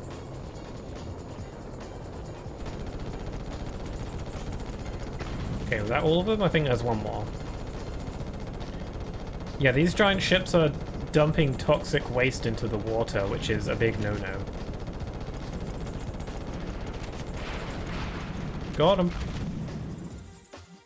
Well, I guess that should do it. Yeah, his voice sounds super weird. It's about time. The O2 mask allows you to breathe underwater, in poisonous atmospheres, or even in outer space. It will auto-equip when you need it. Yeah. So cool, now we have the ability to breathe anywhere, even in space or in poison or underwater, which is cool. And as the lovely voice lady said, it'll auto-equip whenever you need it, which is super handy. It's weird that some gadgets auto-equip and some don't. Like the... I don't think the... Do the Magna boots auto-equip? I don't remember. Like the grind boots auto-equip, the O2 mask auto-equips. But some gadgets don't, like the Trespasser. The Trespasser should auto-equip, if you ask me. They fixed that in the next game, though. Like, a lot of this game's, like, downsides, there are more nitpicks than anything. Quickly get, like, fixed in, like, the next game or the game after. They must have taken any criticisms with this game to heart. Fixed any problems. And again, any problems this game has is more nitpicks, really. Doesn't stop the game from being enjoyable.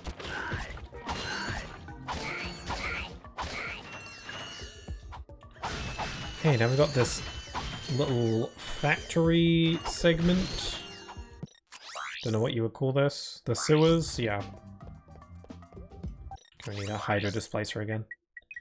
Yeah, the quick select can only hold so many weapons and gadgets. I have the swing shot because, I don't know, it's just pretty consistently useful.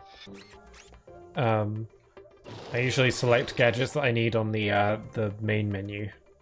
Pause menu.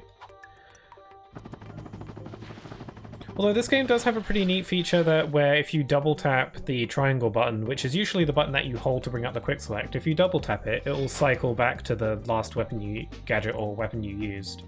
Like you can cycle back and forth between your last two used gadgets or weapons, which is pretty useful.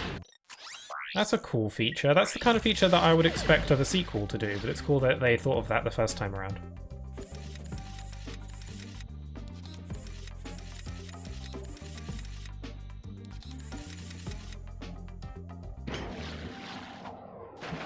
I need to raise the water again.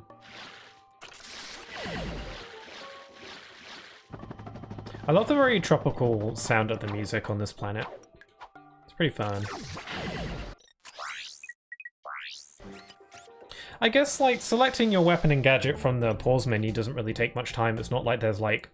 It's not like the game has to load it in. It's pretty quick and snappy.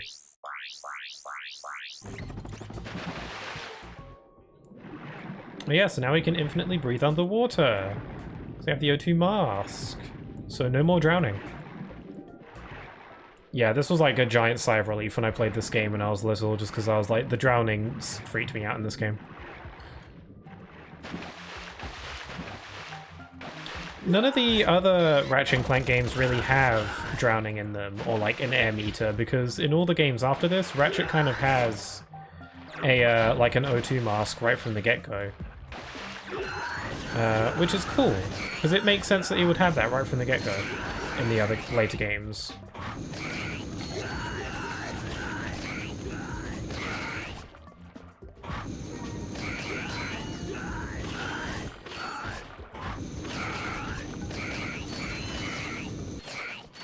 Like an exterminator.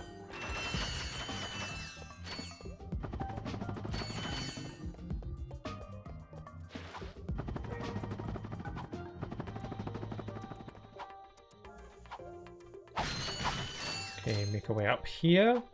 I've got a decent amount of bolts. I could buy the Walloper. I still think I want to wait for the discount. I think you actually get the discount from this planet, but we need to return here later to get it. What? Ooh. There's a part of me that wants to jump up this ceiling to see if we can go out of bounds, but being out of bounds freaks me out. How about if I save first?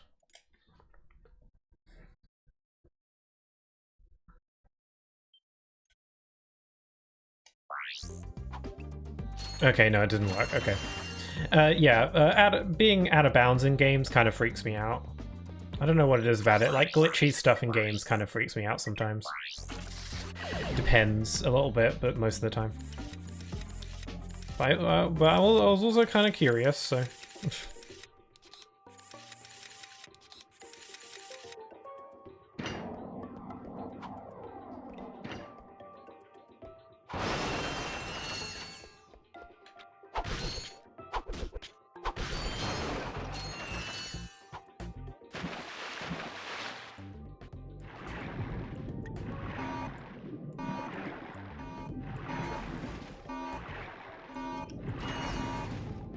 I think I get another skill point. I nearly said trophy. I think you get another skill point if you destroy all the explodey boxes in this little segment. I remember more skill points than I thought. I mean, I want to destroy these boxes anyway because they have bolts in them. Not many, but you know, these bolts add up. Especially in this game where you kind of want to scavenge for as many bolts as you can because the game is very, you know, they don't exactly throw a ton of bolts your way in this game. comparatively to how much things cost in later games.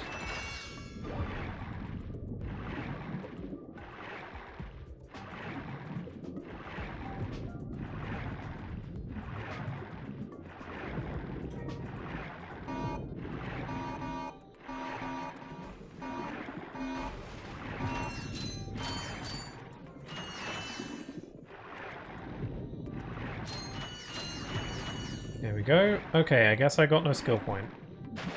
I might be thinking about a different game. Oh dear. Okay, I have an idea. I'll let these guys take care of it.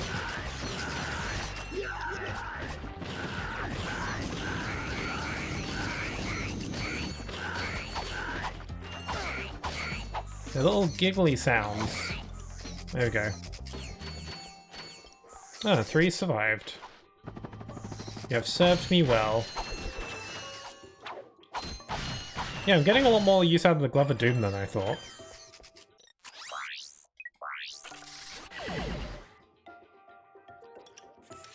Okay, let's see. So we got that there. That there. That there. Okay, I'm solving these pretty quick. Okay, we made it. Hey, what are you doing here? I'm searching for a very This is the guy that we got the grind boots from. Raritanium? Maybe? The oceans on this planet are said to be an excellent source of that element. Well, not anymore. All that toxic dumping has obscured any trace of it. You will find rarity. Clank's face. No, I will not. Piece of junk. My latest invention, the Persuader. I intended to use it to control minds, but well, the only thing it's got me so far is This guy's puppet mouth is really funny to me. Hey, I could use that. He looks like he belongs in a Spyro game, which makes sense considering the developers. I believe planet Hoven is a source of that element. Our long-range sensors do not detect raritanium on this planet. Our database indicates that the best place to locate this mineral is on planet Hoven. Yeah, so that's how we get the 10% off Gadgetron discount, is by getting that hypnotizing gadget, the Persuader. Which sounds horrifically illegal. I feel like hypnotizing shop owners for discounts is probably not legal. But what do I know? Or at least it's immoral, but who cares? We gotta get the gadgets, you know. Oh, we almost have enough for the Visibomb gun. Or the decoy glove. I think I'll wait till I get that discount before I buy these. Because I'm probably not gonna use them that much anyway, but I still want to get them just to have them. Gotta save some monies. Okay, so now that we have the O2 mask, we can actually go back to planet Auxon. But yeah, we can't get the Persuader gadget that guy has until we get Raritanium, which we get from a later planet, so we're gonna have to come back later. Again, you do have to come back later for stuff. A lot of the stuff is optional though, like that gadget there for the discount is optional. You know, discount's really useful, so you're probably gonna want to get it, but even when you do have to backtrack for stuff, most of the time it's optional, and even if it's not optional, they have plenty of shortcuts and stuff to help you get back quicker.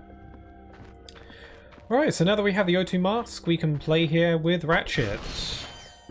I still don't like this planet all that much, even when we are playing as Ratchet, just because the enemies are kind of annoying. And I used to get stuck at this planet a lot. Not so much nowadays, but I used to struggle with this bit quite a lot.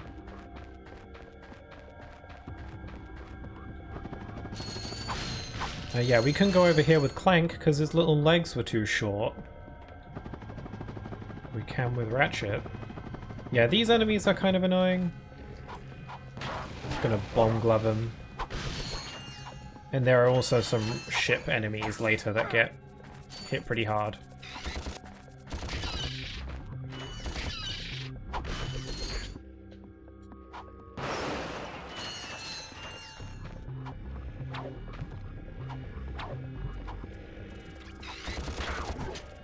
Crap.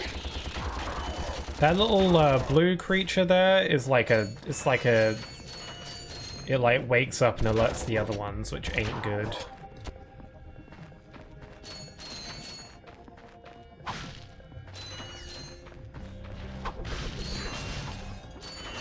I guess like the atmosphere for this level is pretty cool. Like the music fits it quite well, and this definitely feels like all the green and like the kind of like tint on the screen and stuff like that. It makes it feel very like gloomy and you know, polluted. And it has a very different vibe from a lot of the other planets in the game, which is pretty cool. Also, it is just cool because this planet is, like as a recap on the plot, the reason why the main antagonist is trying to take pieces of other planets to build a new planet is because his home planet is too polluted to live on. And this is his home planet. It's really polluted. It's really cool that you can actually be here. Like, it's not just... you know, just something that he says. You can actually go here and see the damage for yourself. It's actually really cool. And yeah, this place is pretty polluted. As you can see, Ratchet can't even breathe here. So it kind of like, it makes like Drek is a pretty interesting antagonist because as far as we know, his, you know, goal isn't pretty evil. It's mainly his means that are bad. Like he's trying to build a new planet because his home planet is too polluted for anybody to live on, so he's building a new planet for him and his people. And that's not like, that doesn't sound too evil on paper. It's just the lengths of which he's willing to go to achieve his goal is what makes him an antagonist. Because he's destroying countless planets in order to reach his goal, which is no good. It's pretty selfish, I guess, in that way, because he's just trying to make a new planet for himself and his own kind, and disregarding the needs of everybody else. And, you know, destroying countless homes and potentially killing a lot of people. Like he said in one of those info bots earlier that his planet is almost complete. Which implies that he's already taken and destroyed countless planets by this point, potentially killing a lot of people. So yeah, that's no good.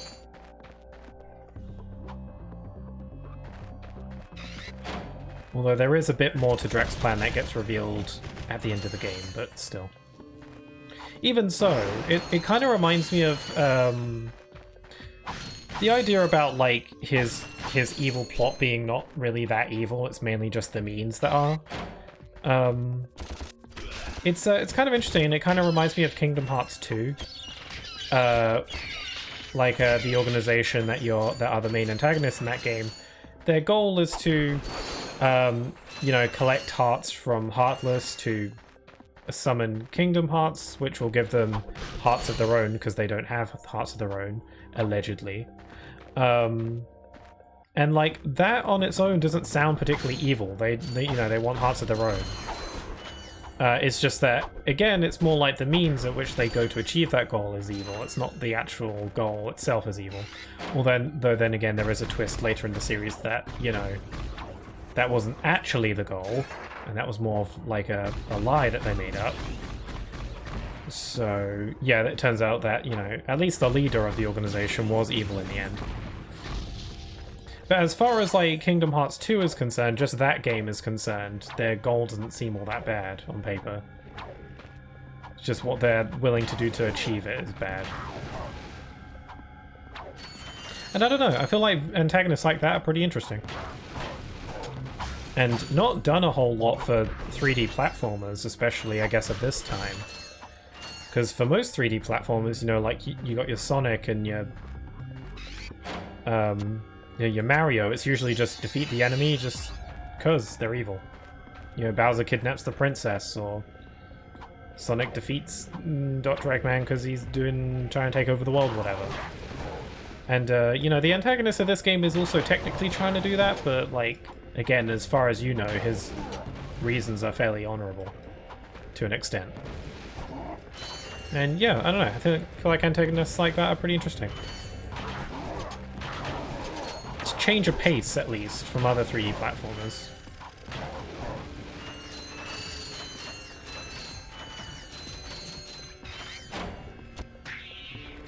I mean, most Ratchet and Clank games after this don't really have villains like that too often. A lot of the later Ratchet and Clank games do have a very simple, like, you know, antagonist wants to destroy the galaxy or take over the galaxy or whatever, and you gotta stop him because...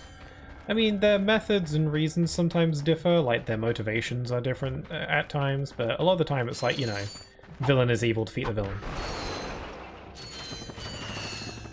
Not that there's anything wrong with that, it's a classic.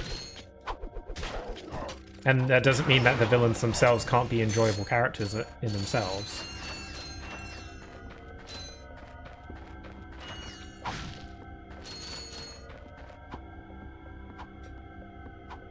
Anyway, I've just been breezing my way through this. I was saying earlier that I used to really struggle with this planet, but clearly I've played this game so many times at this point that it's not really that bad anymore. It could also be that I was never a fan of this planet just because of its vibe. I said earlier that I think the vibe is pretty cool and different and unique, and I still stand by that, but on a personal standpoint, I don't really like aesthetics like this. Like, planets or like levels in games that are like fairly dark and gritty or gloomy, I appreciate them for their, you know, uniqueness or like the variety, but I don't really enjoy it all that much. But I'd still appreciate them being there, again, for the variety of it. Also, just because I don't particularly like the vibe of areas like that in games doesn't mean other people can't. Anyway, we can actually breathe in here for some reason. Like, our O2 mask light turns off. You can even kind of see, like, a little wall here of where, like, the toxins kind of end. Pretty interesting. I feel like maybe there's some kind of, like, sci-fi oxygen force field thing going on here. It's pretty interesting.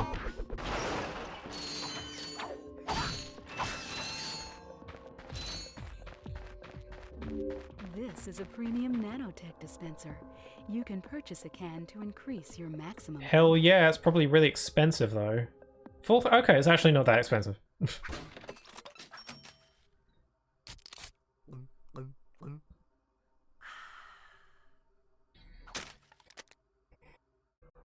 Cool, now we've got an extra unit of health. This dispenser also carries Ultra Nanotech, the very latest in Gadgetron technology.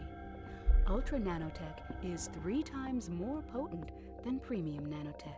So yeah, we could buy that little doodad to increase our health by 1, so now we have 5 pieces of health instead of 4.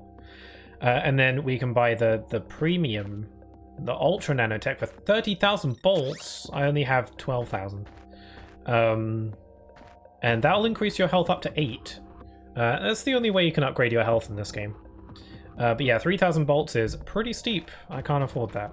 I feel like that's more intended to be like a late game upgrade. Or maybe you could just ignore it. You don't need 8 units of health if you're good enough at the game.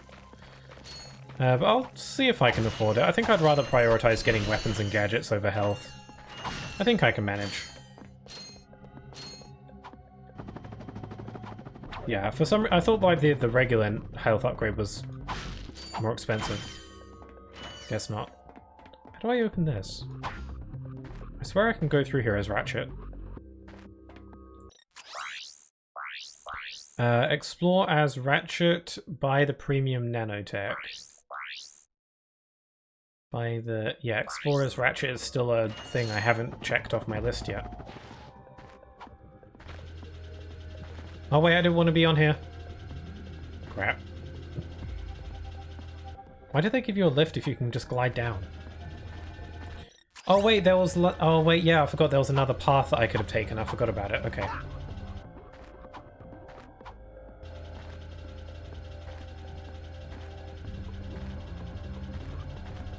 Yeah, I forgot there was like a split in the path. Yeah, okay, I went left first, so I'll go right this time. Let me just top up. I got some great bargains for you today. Like, topping up on ammo in this game is a little bit annoying, because you have to, like, top up ammo for each individual weapon. In later games, they simply made it so that you can individually buy ammo for individual weapons, but they also made it so that there's like simply just a refill all ammo button.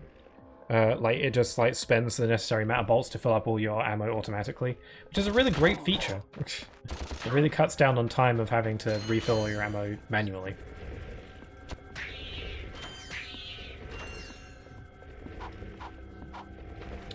I just threw a bunch of baby robots into the void.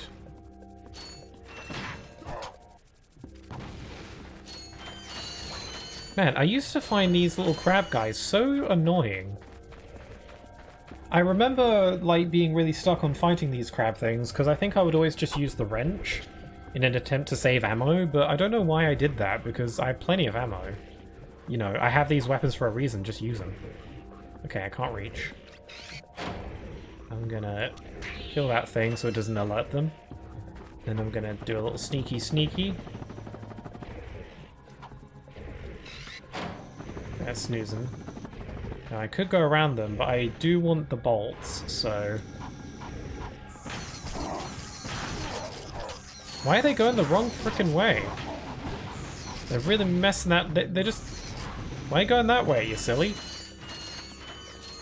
Oh well, still worked out. Okay, yeah, Magna Boots equip themselves automatically. Oh, I forgot. Now that we have the Magna Boots, we can do the, we can go back to Planet Battalia and get the thing we missed there. Whoops. So yeah, Magna Boots allow you to walk on these metal surfaces. I think Magna Boots are kind of cool, conceptually. Just being able to, like, walk on walls and stuff is very, like... It feels like a very, like, you know, secret agent kind of gadget, you know? And I think it's pretty cool for that. But, it's, the thing about the Magna Boots is it's just very slow. You can't jump while you're on these surfaces, because you're stuck to them. And you mainly just go forward quite slowly. You can't use your weapons on here, you can only use the wrench. So, like, it's kind of cool, but, like, aside from that, it's pretty slow and dull. There are some Magna Boot sections later in the game that go on for quite a while as well. Although, again, once again, this is another thing that, like, the next game addresses and makes a lot better. So, you know, once again, even some of these games' more nitpicky aspects get fixed pretty quickly in the next game. It's pretty cool how much of the little gripes with the first game they fix in just the second game.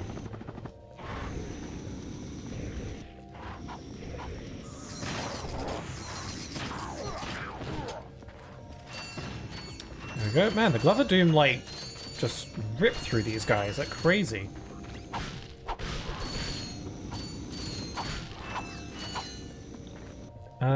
Okay, we've got some swing shot action.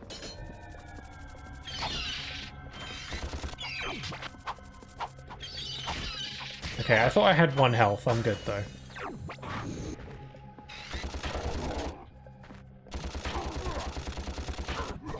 Yeah, I don't know why I felt the need to just use the wrench. I would, like, go up to them and I'd, like, do this. And I would try and kill them this way, which worked, but, like... Just use your weapons. It gets the job done a lot faster and easier. You got the ammo. You have weapons for a reason. Just use them. I say to my younger self.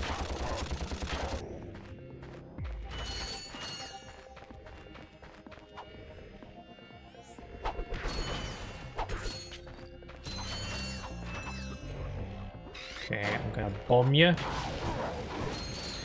Yeah, even though the bomb glove is the weapon you start with, I am surprised at how many uses I'm finding for it still. Like, I don't know, it's just a simple little explosion. Who doesn't need a little explosion every now and then?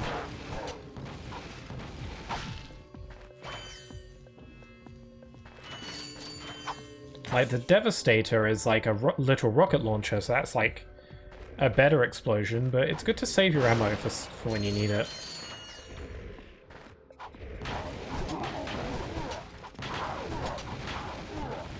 Yeah, I took out those guys so quickly with simply just the bomb glove. Can never go wrong with a simple little bomb glove. Okay, I'm being shot at. See, that's what you save your Devastator ammo for.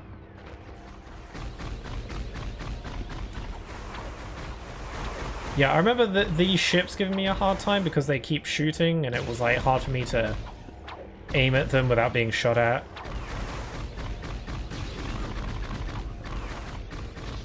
Okay, they take 3 hits.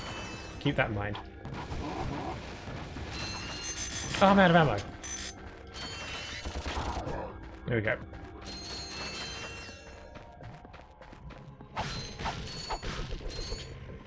Oh, there's more. Oh, I have Mind Glove. I should do the trick. I haven't been using my Mind Glove at all yet. I can't destroy this.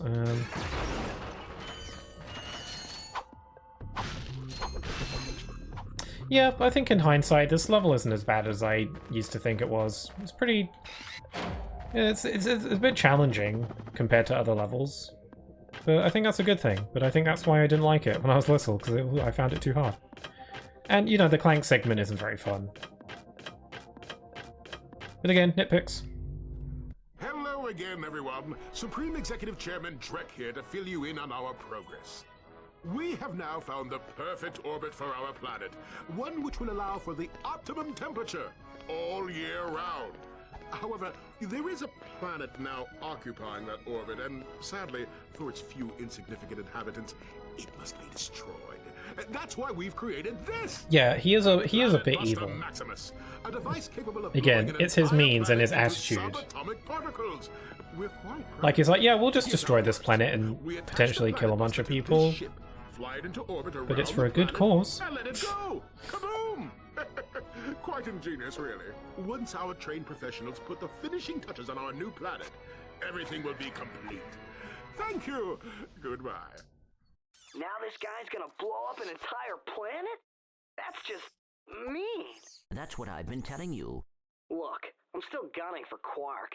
If we end up taking out Drek too, hey, fine. I wonder if they animated Ratchet's mouth for this cutscene. You can't see it, so it makes sense if they didn't bother. Just curious, I guess. I like how they put like a voice filter over Ratchet's voice there, because he had the mask on. It's a nice detail. They didn't have to do that. Appreciate it.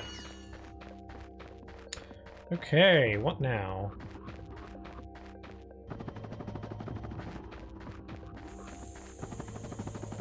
Okay, so we're back at this, this is the Clank section that we were at. Oh, what? My rocket just bounced off of that, okay.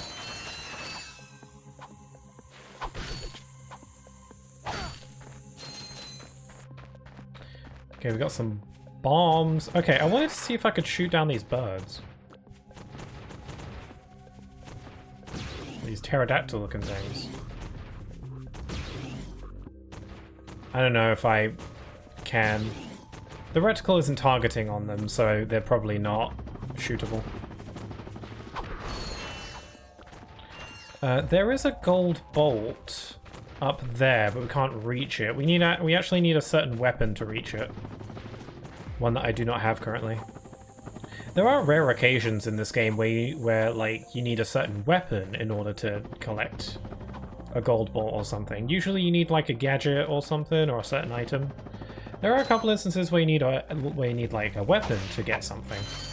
It's usually just a gold bolt, nothing that you need, but pretty interesting. They get some use out of weapons aside from fighting. It's not something a lot of the newer games do.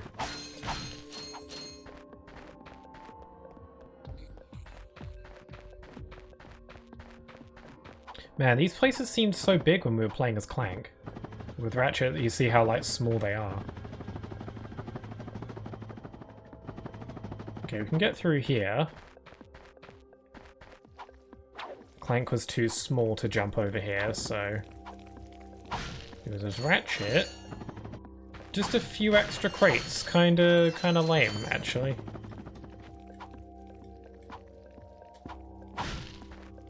Well, can't complain, I'll take the bolts. Wait, what the hell was that? Why is the outside just a void? Did the game like load out that area and didn't account for the fact that I could see it through this gate? Like a lot of games like load out areas when you're not in them to save up on like space or something. I guess they loaded out that area over there and didn't account for the fact that I can frickin' see it from here. Oh well.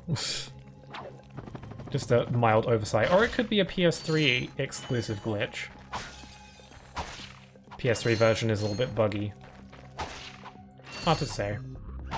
I haven't played the original PlayStation 2 versions of these games in years. Once I got the PS3 version, I was like, yeah, they're kind of buggy, but like they're still in HD, so. And you know, widescreen. I don't remember if the PS2 games were widescreen. I don't think they were. Just because, like those pre-rendered scenes with like, that we just had with Drek talking about blowing up a planet wasn't widescreen. Probably because that scene was pre-rendered, so... And if it wasn't widescreen, then that implies that the original game wasn't widescreen either. Although one, like, side effect of, like, implementing widescreen in this, that I noticed with other games as well, that like, have, like, some kind of widescreen, you know, implemented into it when it didn't originally have it, is that you can tell that certain character models, like on the sides of the screen in certain cutscenes, are kind of like they're kind of like frozen, or they kind of look weird. It's because, or like they're not animated. That's because they originally were off screen, so they didn't feel the need to animate them. But because they implemented widescreen, they're now on screen. And so you can kind of see their janky, like weird, frozen-looking animations. Because you weren't supposed to see them originally. And I've noticed other games that do that. I think like I don't know if Kingdom Hearts 1 had that. I don't know, but you can tell when a character model was originally off screen if they look kind of odd, or they're not like animated very much. That's a real beauty.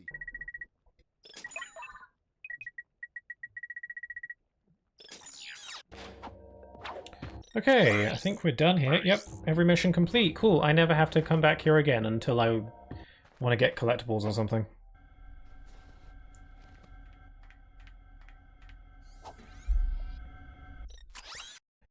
Okay, let's go back to Planet Battalia so we can do that thing. This mission is optional. The game doesn't tell you it's optional, but it is. I know it is. But that's the whole thing. You've got to discover. You won't know until you discover it. Later games like make it very clear which missions are optional by just telling you which ones are, which is a good feature. It's a good idea, but you know, this game definitely wants you to discover that yourself. And to be honest, what we get out of what we're about to do here, is not really all that worth it. But hey, why not? I like content in my games. I like having extra things to do.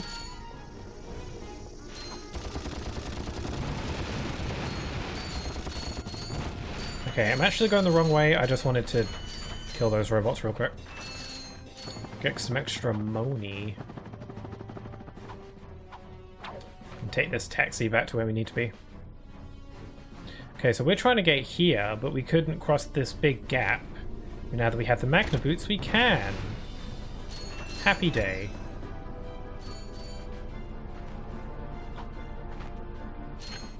So we've got another fairly, like, lengthy Magna Boot segment. One cool little detail about Magna Boots, though, is how you can see, like, even though Ratchet's attached to the metal thing he's standing on, he's still affected by gravity, like you can tell, because he's, like, leaning to the side to where the ground is. And you know, if I were to face like up here, he's leaning backwards or like leaning forwards. It's a really cool detail. Like this game is filled with those interesting, like cool little animation details that they didn't really have to do. But it's just nice. People like details. Sometimes to an obnoxious degree, where some people say like a game is bad because like they ran through a piece of blade of grass and it didn't react to him running through it. Which is something people criticize Rift Apart for, which is the latest Ratchet Clank game, where they're like, hey, I walked through this tiny blade of grass and it didn't move when I walked through it. Bad game. No, details like that, like, that's fair. Those don't matter, and complaining about those is stupid in my opinion, but that's just me.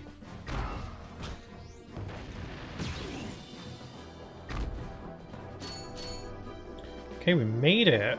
Why didn't that thing blow up? Okay, I'm gonna use my suck cannon.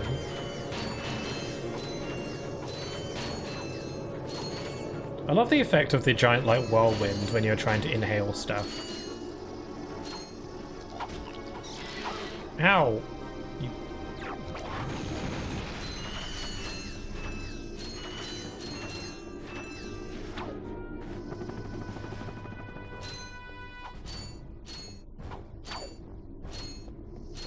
I like the sound effect for Ratchet's double jump. I don't know. It's a pretty unusual sound effect, but I feel like it works. Like the pew.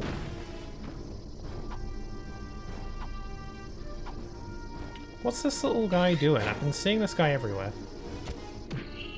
I love the bap sound effect. Brilliant. See, I told you this game's sound design was really good. Oh, jeez.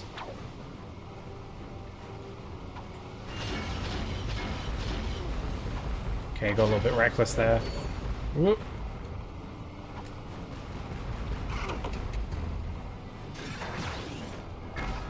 Once you do enough damage to their tops, they can't shoot at you anymore, so I'm just gonna go with the bomb glove and finish it off.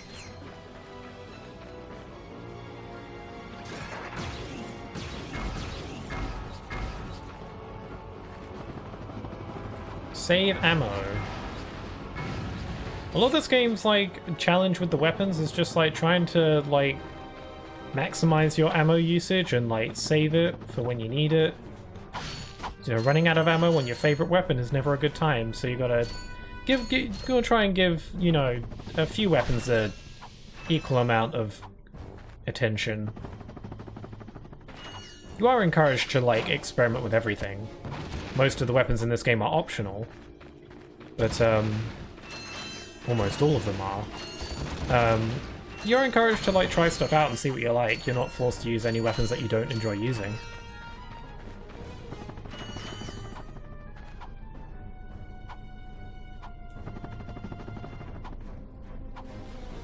These extra crates. That guy's firing rockets at nothing.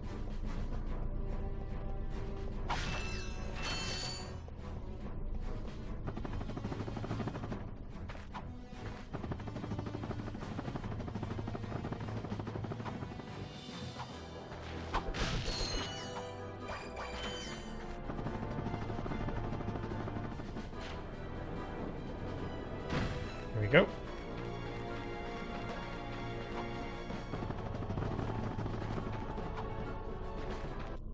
Hey, the plumber's back. Look, the plumber's back. Very funny. What are you doing here, sir? Maintenance. What else? I help fix this planet's. The plumber's always a friendly face. You love to see him. The turret works fine, you little yahoo. It's the locals. They haven't got the skilled manpower to use it. I'm a pretty good shot. You? No, I could lose my job. Oh, come on. Why is a plumber fixing a turret? Nobody's gonna use it. Besides, the blog chased you off the line. I guess he's a man of many talents. Pay him back. Well, all right, go on if you want. Just don't break anything. Or maybe they just didn't have the budget to make more NPCs, I don't know. I don't know, that's a pretty cynical way of thinking about it. Okay, enter the turret. I remember this segment being a little bit tricky. Okay, circle. Circle to fire. I was wondering if maybe they have it R2. So you've got to take out all these ships, which takes a while. They take up many shots. They're pretty spongy. But they're constantly firing these rockets at you that you have to shoot before they shoot you. Thankfully, your little radar in the bottom right tells you where they are. This part just kind of takes a while because the ships take up a lot of damage. The real challenge is trying to make sure the rockets don't hit you.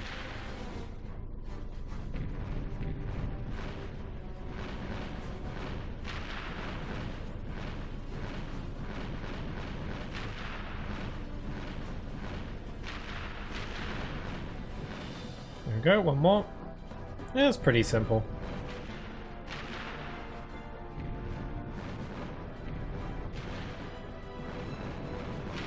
You know, I feel like a lot of this game is just kind of simple for me now, just because I played it so many times.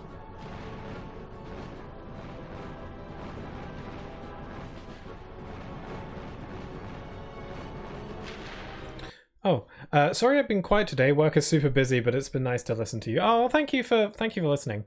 Yeah, I said at the beginning of the stream that I wasn't expecting the stream to be particularly lively because I've never streamed games in this series before.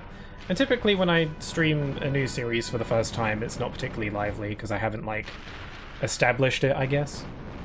Or like, none of my regulars seem to really be into these games, it seems. Which is fair, you know, you like what you like. So, you know, that's okay, I don't mind. But I appreciate if you've just been, you know, hanging out. Hope work isn't too much for you. Looks like he's good for something after all. Here, take this. What is it? It detects underground bolts. My grandfather designed it to suck up loose change on any planet in the galaxy. What a cheap old man he was. Well, see you around sometime. Who's his Since dad? you now own the metal detector, a bolt icon will show Also, up they on feel the screen need to everywhere tutorialize you this have a one. stash of bolts. When equipped, the metal detector will give you signals to indicate your But proximity. I don't know, I to guess the this is given kind of bolts. warrants a tutorial. The detector plate will always indicate the direction to the bolts. Hold down the circle button to activate. Also, the anything to bolts. listen to this As voice. you move closer to the bolts, the rings will become redder and the beeping will become faster. Continue holding down the circle button, and once you are directly I legit over the think, bolts, I legit the want to look up detector who the will voice suck them actor out for the ground. help desk lady is, and I feel like she should have her own, like, like, I don't know, YouTube channel. I'd love to listen to this voice do, like, video game retrospectives.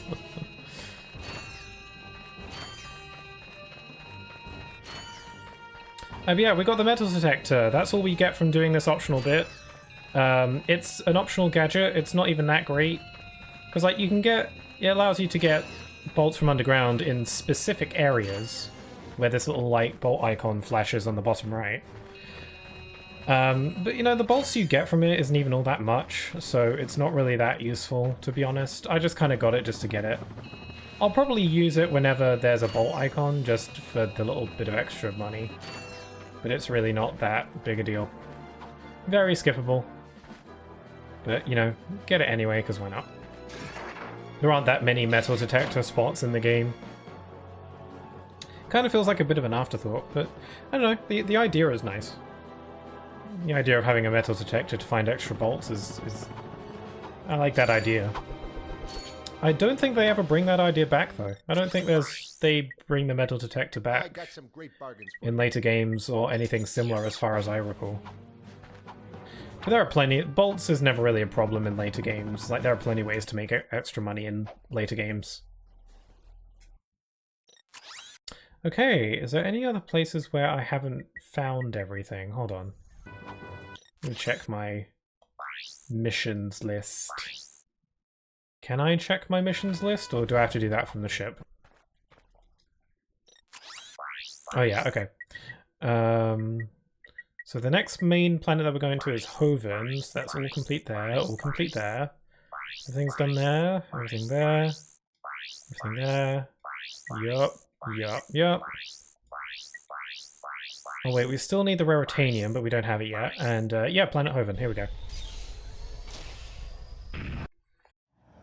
This planet has some pretty cool music. It's not like the most fitting for an ice level, I guess, but it doesn't matter because the music's pretty cool. And it's not fitting, I guess. That must be the ship that will transport the bomb. You think? Great work, detective. Why you gotta be such an arse? Double tap the R1 button to activate hover. Oh yeah, they choose now to tell you about the strafing with the thruster pack. From side to side. Yeah, the help dissuadey refrains from letting you know how not very good the strafing is. I don't know, I'm sure you could get uses out of it, but I find it a lot easier to just take care of than the old-fashioned way. But again, they add proper strafing in the next game, And that's something that persists even now in the series, so... Again, Ratchet & Clank 2 establishes a lot of, like, things that would become staples. Okay, I'm gonna go this way first. I don't remember which way goes where, but I'm just gonna go this way first. There's a lot of these guys.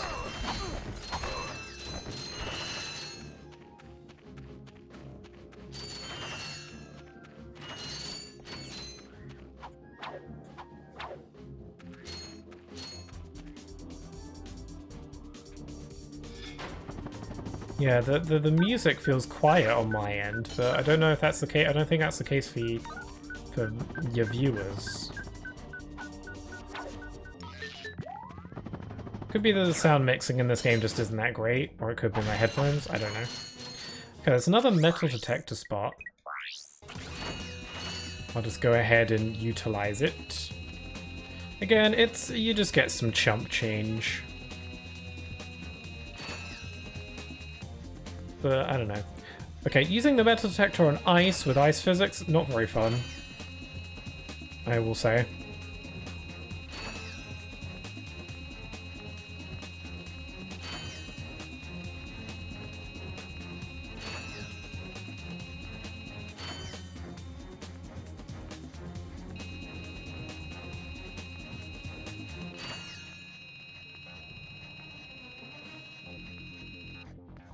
Okay, how do I...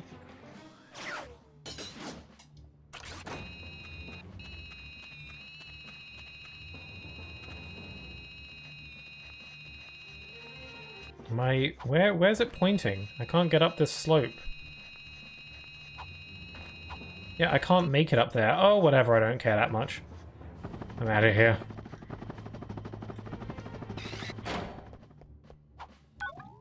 This is a pretty cool use of wall jumping. You gotta wall jump on these buttons.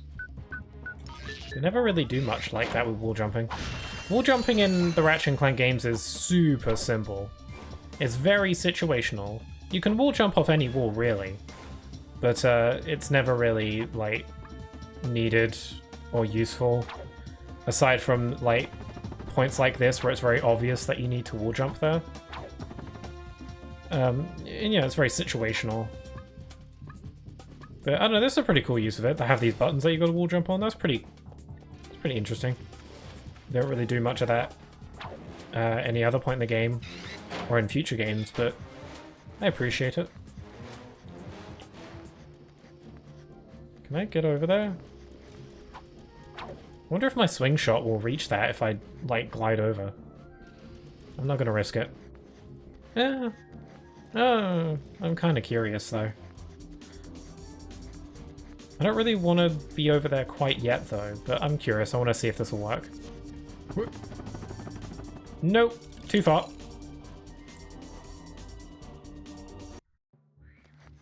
Okay, I didn't get sent far too back. Sent back too far. I can talk.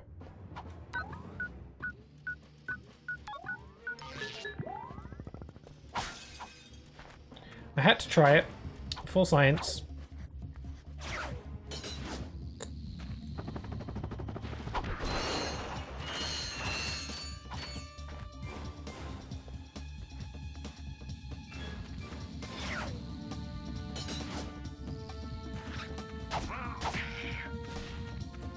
These things sound like angry cats. They're like baby mini yetis, but they sound like cats.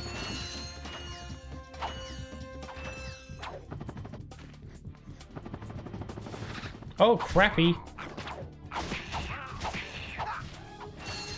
That was close. Speaking of cats, Ratchet appears to be a cat-like creature. Whoops. That was kind of brutal. Ratchet appears to be a cat-like creature. The game, I don't think the game ever tells you. The game never says what Ratchet is. He's just an alien creature of some kind, as far as, or at least in the cutscenes. I don't know if there's like post-game stuff that tells you. But Ratchet is a Lombax. That's what his race is called. It tells you on the back of the original game's PlayStation 2 box. Actually, a pretty cool thing about the box, the back of the box on the PS2, on the PS2 game, is that you know, most on the back of the box, even now, it's usually, you know, a couple screenshots of the game and like some text telling you a little bit about it, that sort of thing. The back of the box is essentially an advertisement for the game when you already have the game. On the back of the box of the original Ratchet & Clank game, though, that game did it differently. I don't know if it had any screenshots of the game, and any information about the game was displayed through a wanted poster of Ratchet. They essentially, on the back of the box, they had like a picture of Ratchet and Clank, and then underneath the picture of them, they had like, you know, stuff about Ratchet, but it was kind of their way of explaining a little bit about the game's gameplay and features, but through the perspective of like a wanted poster, which is a pretty unique way of doing it. It's pretty charming, and it works well with this game, seeing as how Ratchet is being pursued by Drex forces all the time. So it would be like, it would say like, you know, his age or his race being Lombax and then like their sneaky way of trying to tell you a bit about like the game's features. It will be like has over 20 different kinds of weapons, you know. That's like stuff about Ratchet, but it's also telling you stuff about the game as well. It was kind of a clever way of like displaying that kind of info. That's unique. You don't see a lot of that. I feel like most games nowadays just do the very simple couple screenshots, maybe a quote from the game, list off some of its core features and stuff like that. I barely even ever look at the back of the box these days. You know, we get so many like game trailers and advertisements these days that the back of the box isn't really like all that big of a deal now. And there's like video reviews. Usually you know, back in the day you would look at the back of the box to see if the game is something that you wanted. Like, you know, the box art is what was there to grab your attention, and the info on the back would clue you in a bit about it, but none of that stuff is really necessary anymore, because you got like, you know, videos, advertisements. You can I always like look up reviews of games before deciding if I want to get them. I imagine for like the average consumer, like someone who isn't like a quote-unquote gamer, like looking at the box is still useful if you're like the average consumer, but for most game enthusiasts, they don't really, it's not necessary. But that's kind of how like physical gaming is like on its way out, which is a shame. I keep breaking my drill. That rock is raritanium. Let me look at that drill. An expert mechanic at work. Just smack it. Dog and call me Sally. Thanks, partner. No problem. I suppose I could take that rock off your hands, too. Heck, here you go. Cool, that's the raritanium we need to get the discount. Also, this is a common fact that a lot of fans of this game like to say, but I'm gonna say it anyway. The drill that this guy is holding, apparently it was a weapon for this game that was cut. But I guess they still had the model lying around, so they just decided to use it for this NPC instead. But you can even kind of tell that it was supposed to be a weapon just based on how it looks. It's got like a handle and everything. Apparently what the weapon was originally going to do was that you would like drill into enemies and then spin them around. But I guess they either cut that weapon because they couldn't quite get it to work, or due to time, or perhaps because they thought that a drill weapon was maybe a bit too violent. Maybe a bit too violent, rather. But, I don't know. Okay, so I could continue with this planet, but I'm going to actually go back to Pokutaru and get that discount. Before I forget.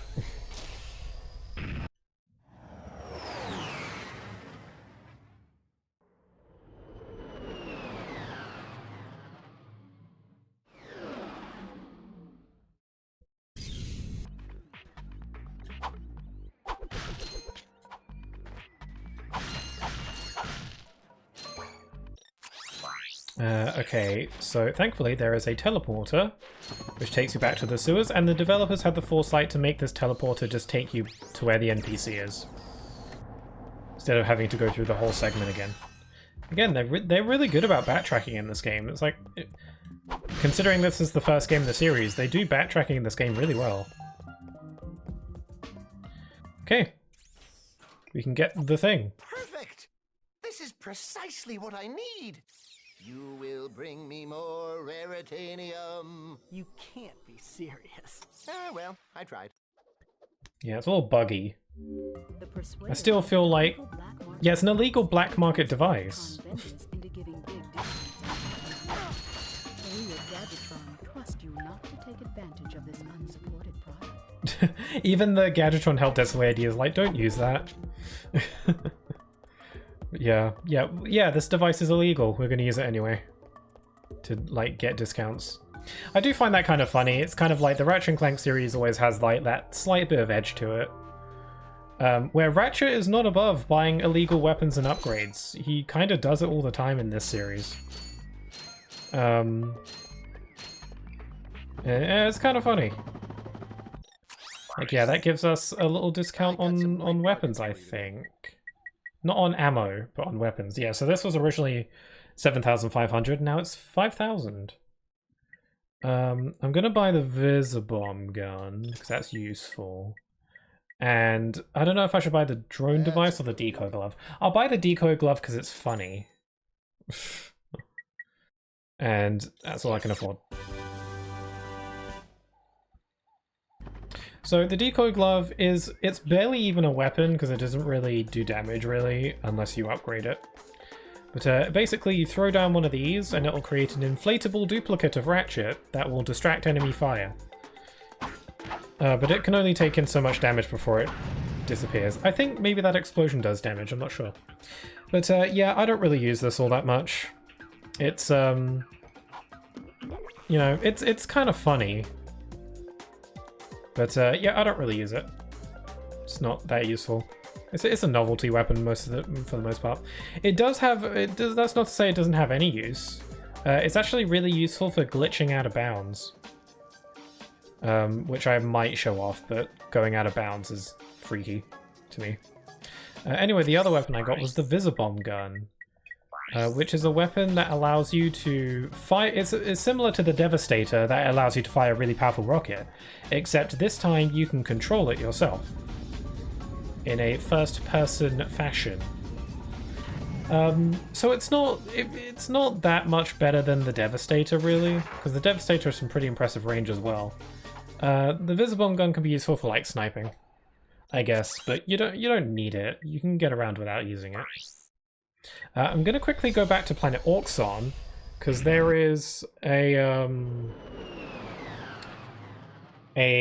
gold bolt that we can get using the Visibomb gun, so let's do that. Kind of funny, sounds like something a mitochondria would say. Hi there, Tiago, how you doing? What was kind of funny? Forgot what I said. I gotta get better about doing that. So many times on stream I'll say something and then someone in the chat will respond to what I said, but I have trouble knowing how to respond back because I don't remember what I said that they're responding to. So greetings fellow humanoid entities. Doing good, how about you? I'm doing alright. I'm playing one of my favorite game series. This one's up there with Kingdom Hearts. This is like, in terms of favorite game series, it's like Kingdom Hearts, and then it's either this being second or Sonic, depending on how I'm feeling that day. But this series is pretty cool and would recommend. It'd be easier to recommend if the games were more accessible, but they're not. Most of them are stock on PlayStation 3, so if you have a PS3 lying around, then go nuts.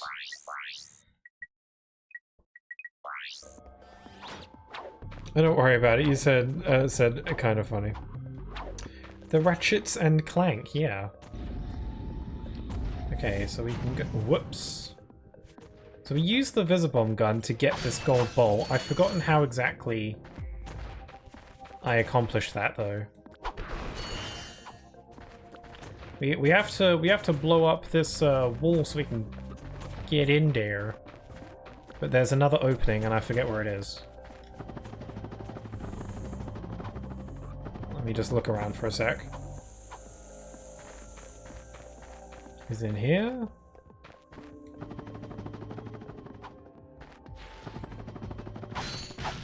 Great, I don't remember where I'm going. Ew, these sound nasty. Yeah, glad to hear you're doing well, Tiago. There's that, I was thinking about it the other day, but there's a demo for Monster Hunter Wilds coming out soon, right? I think you said August. I think. I gotta prepare for that. Oh wait, I remember where the thingy is. It's hidden over here. My Wi-Fi died, so I didn't hear anything you said in the past 10 to 20 seconds. Oh, all I said is that there's a demo for Monster Hunter Wilds coming out soon. I think you said it was in August. So I'm looking forward to that. I think.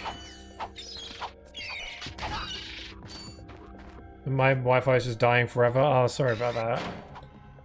If you can hear me.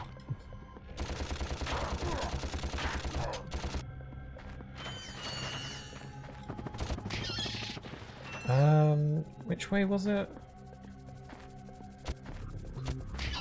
Gonna have to completely travel back to everywhere I've been to.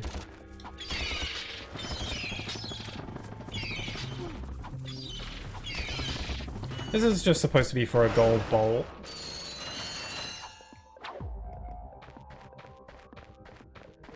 Did I go up here last time? Yeah, I did.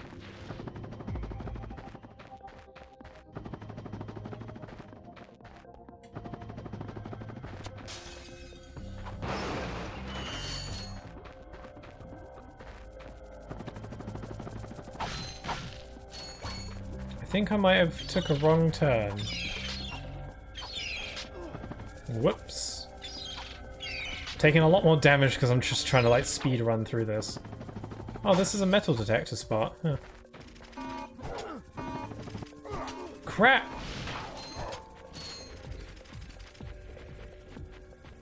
Stay. Oh god, he shoved me off. Okay, which way is the correct way to go? If only I had a way to scout ahead. Oh wait, I do.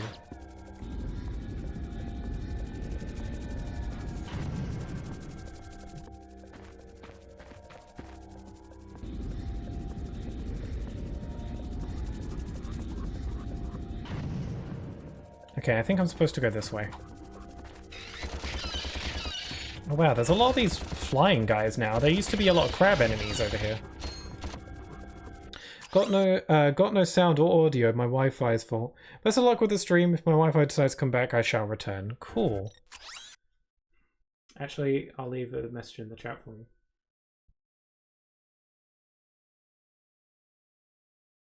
Since you can't seem to hear me.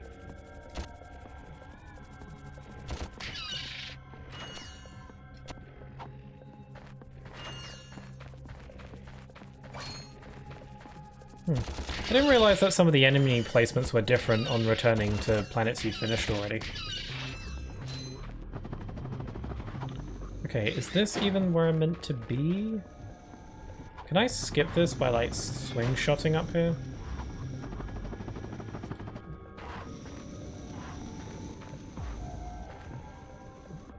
Okay, I think I'm on the right lines though. Okay, I've got to do this Magna Boot bit again.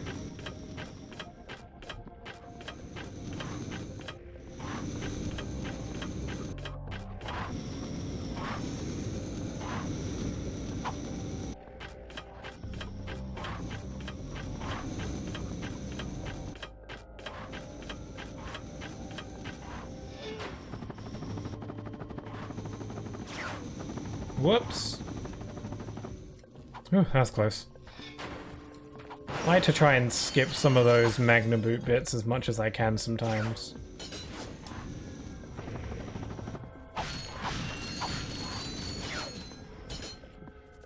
Whoops.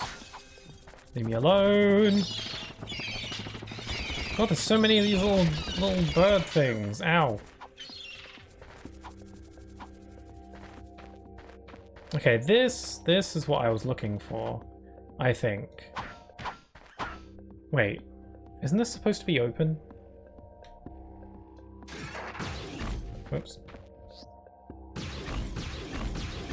I think I messed up.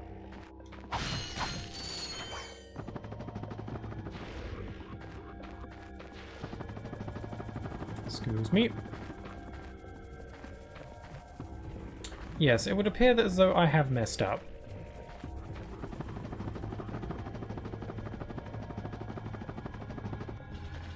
This is all just for a gold bolt, by the way, an optional collectible that I don't really need. I don't know why I'm going to such lengths to get it. Also, I've kind of forgotten how to get it, which isn't helpful. Do I blow up this wall? Yes, you gotta blow up that first, and then you... Oh, okay.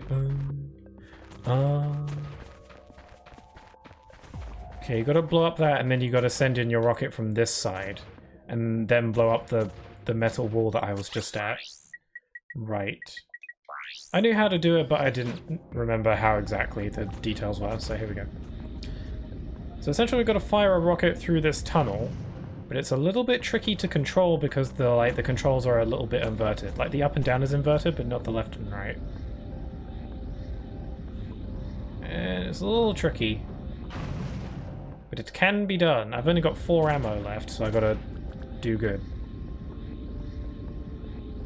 Also, you can't control the rocket forever. It will time out eventually, so you can't fly this thing any way you want.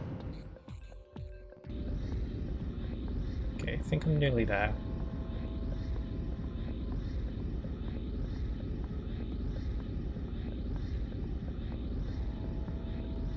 Crap! Yeah, the up and down is a little bit odd.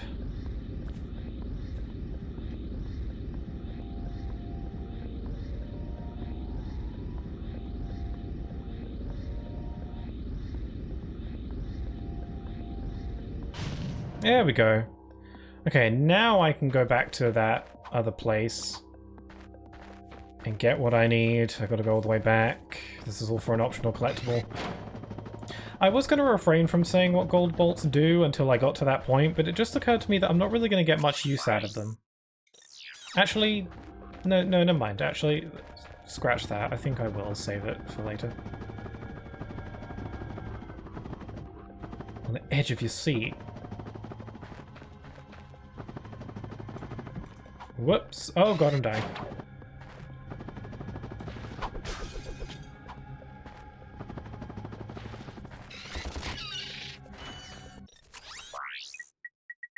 Hi there, Fuzzball. Hi there, Fuzzball. I love this shop vendor guy. I have yet to, like, acknowledge him at all. But I like how he's just kind of there. He serves no real purpose. He's just kind of there to be the shopkeeper guy. Some Ratchet Clank games don't have a shopkeeper guy, but some do. This is one of the rare times where it's like a person that you can also physically see. Sometimes it's just a voice. Still, he's really cool. He only has like 3 lines of dialogue in this entire game, and he's never in an actual cutscene, but he's just kind of there and he's chilling.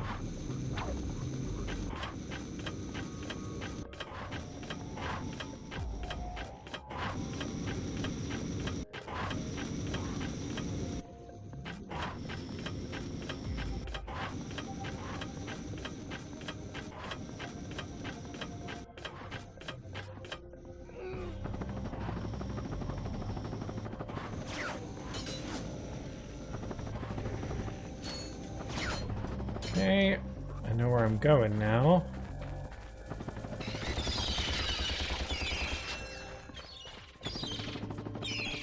Whoa! God, I'd be so upset if that just killed me. Okay, now we can get through because we've blown up the thing. This cave looks disgusting. Get some extra bolts out of this. That makes it a bit more worth it, I guess.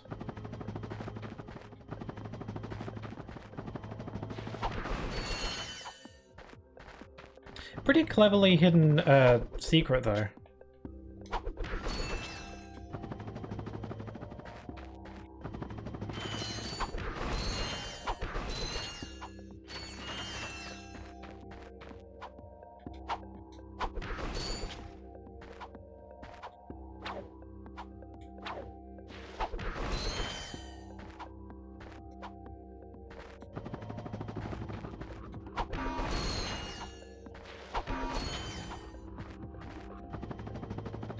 Okay, I don't know if the floor, like the green, is like one-hit kill kind of flaw.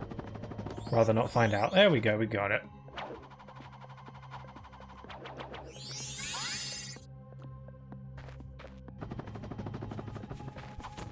Whoops.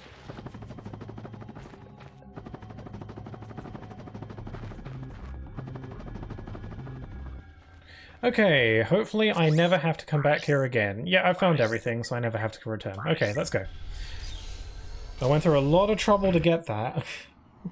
Okay, now I can return to Planet Hoven and continue. Continue. I might want to return to some other planets to get other gold bolts. I think I'll just get all the gold bolts in this playthrough, because why not?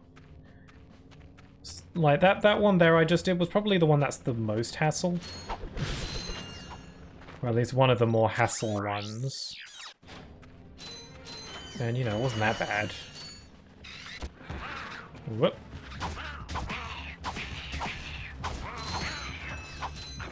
I remember finding this level pretty hard as well.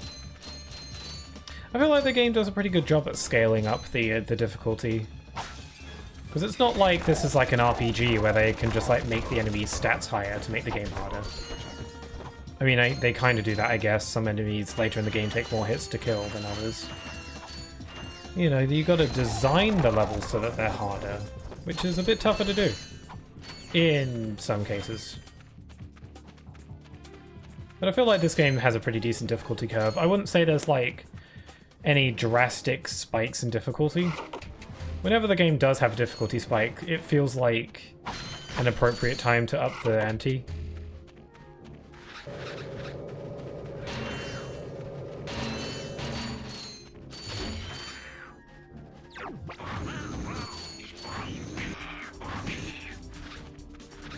You'd think a fire-based weapon would do more damage on these guys.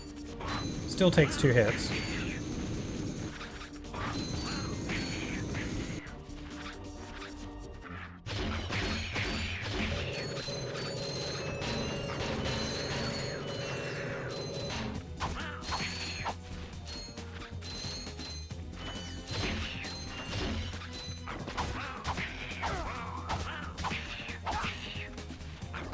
I think I get a skill point for killing all these.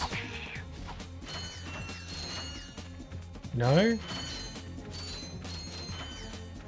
No skill point? I thought there was a skill point for killing all those little mini Yeti things. Unless one of them isn't spawning. Eh, lame. This is a pretty cool way to use wall jumps, having one of these be a moving, like, wall. Why does this level get all the interesting wall jump features? Okay, it's a little bit tricky to get right, though. Oh, I had it. Whoops.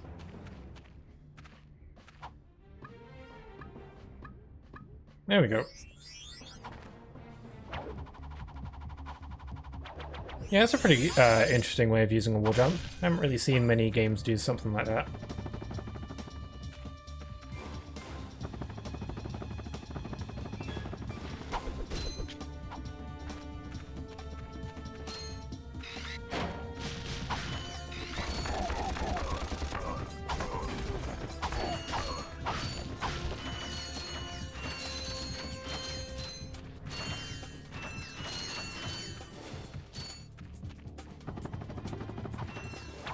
Okay, I forget which way goes where. I'm gonna take this platform first.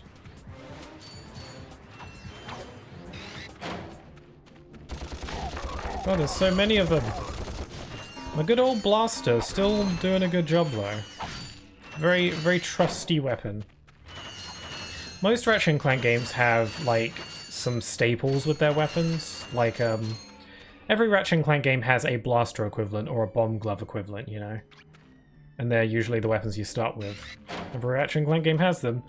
They tend to have different names or maybe slightly differing effects, but they all have the same basic idea. One is a gun and one is a bomb glove. These are the most like basic versions of these weapons, but this is the first game, so that makes sense. This game kind of like, I don't know, sets the stage for later weapons in the series. Kind of sets the groundwork. I guess it sets the groundwork in every way. Story, gameplay, and then the later games just kind of add on to it and refine, as a good sequel should do.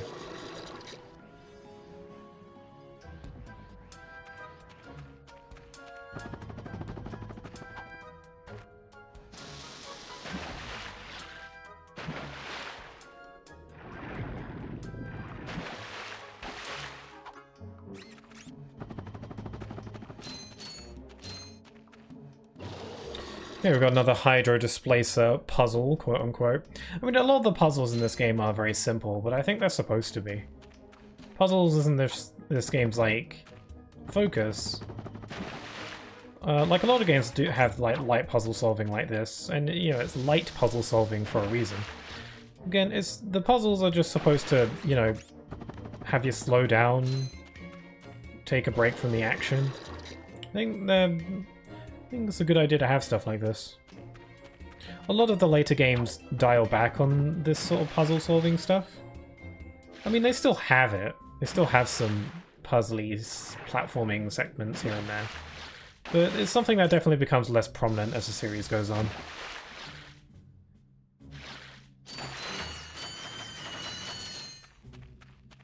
Okay, I think there's a secret thingamaboop hidden somewhere down here.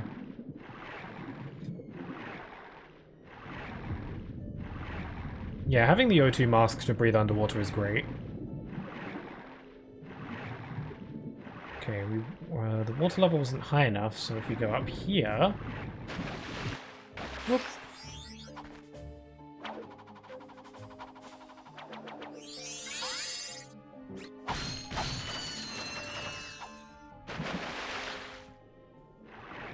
So my goal for this stream, or like my goal was to ideally get to the end of Act 2 for this stream, because I went through all of Act 1 in the first stream, so I thought it'd be cool to do an act per stream. And at first I was like, I don't know if I can do that, because I'm a little bit tired and stuff like that. I guess I'm still a bit tired, but I'm feeling pretty energized enough to get through the rest of Act 2, I think. Because like I think there's one other planet after this, and then that's Act 2 done. And then it's on to Act 3. There were only 2 bolt patches in that? Okay. Oh wait. There is more.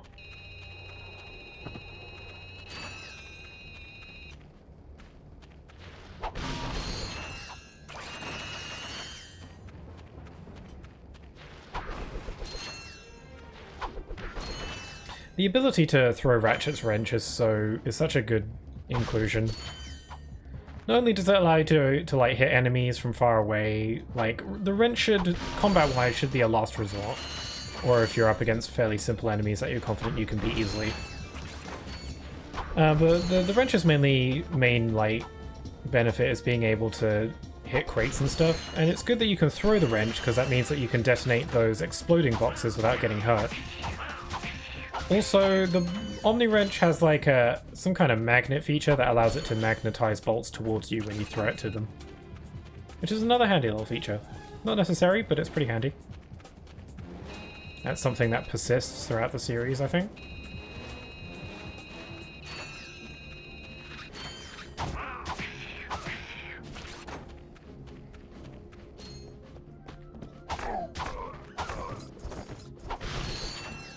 Yeah, the Omni Wrench is a handy tool. It's always there for you. If you run out of ammo, then the Omni Wrench can sometimes bail you out if you're good enough. Like I said before, like most of the weapons in this game are optional, almost all of them. It is possible to do wrench only runs of almost every Ratchet Clank game, I think. I've seen some videos on it. It is possible to do. Apparently, it is super incredibly hard, but I don't know if I'll ever attempt wrench only runs of these games. I've never tried it before. But yeah, it is possible to beat the most of the Ratchet and Clank games with just the wrench. It's pretty interesting. Whoops, nearly fell.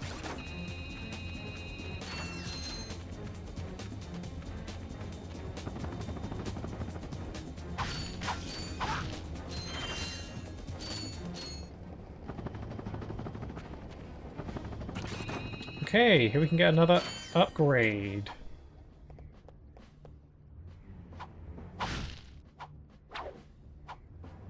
Oh, she's holding like a robot skull thing, like it's a reference to that thing. Hey, buddy, what's shaking? Maybe, I don't know. Oh my goodness. Aren't you just a little angel? Actually, I'm a little robot. Right, she's got the death You're glare. funny too. Yeah, but looks aren't everything. You be nice. I think I got something special for you. The How shade. would you like a hydro pack upgrade? That would be quite helpful for swimming underwater. Whatever. Yay, Hydro Pack. Only 2,000 bolts. There That's you fairly go, decent. sweetie. You look so handsome. Thank you, miss. Your craftspersonship is excellent. If you two are through, Jealous? You come back and see me any old time. This character never shows up Your again. hydro pack will automatically equip when you are swimming. The hydro pack lets you swim against So yeah, the currents. Hydro Pack is basically a gadget that allows you to swim faster underwater, which can be good because there are some cases where there's a really strong current that you can't swim through normally, but the Hydro Pack can.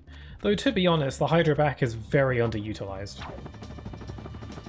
I mean, I don't really mean that in much of a negative way, but it doesn't get used all that much, to be honest. There's like, I think there's one point in the game where it's required, but then I can only think of one other place where it can be used for an optional collectible, and I think that's about all the uses it really gets. But I don't know, it's harmless. It's still convenient to be able to swim fast underwater though. So it's got that going for it.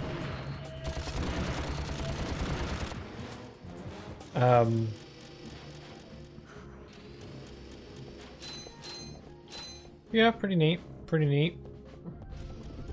It's a gadget that never makes a return in the series as far as I recall, so it clearly didn't catch on that much. Actually, no, I think the Hydro Pack is in the other games. It's in like, I think it's in 2 and 3. it's just not like something that ever really gets like used. Actually, I think it's in Tools of Destruction as well. Forget what I'm saying. I think this is the only game where they try and make it feel like a useful gadget that has a purpose. In the other games, it's just more of a convenience option that allows you to swim faster.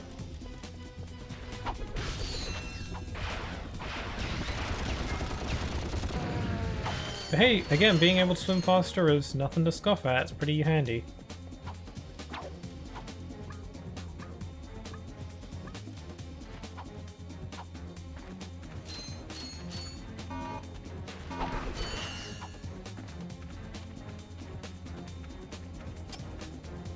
Whoops, I forgot about these dumb, like, mine spikes. These killed the heck out of me when I was little. I nearly just died there.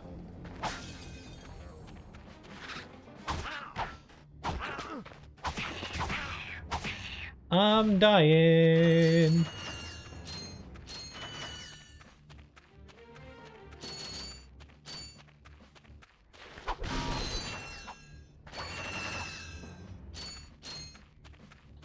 Okay, just gotta get through here.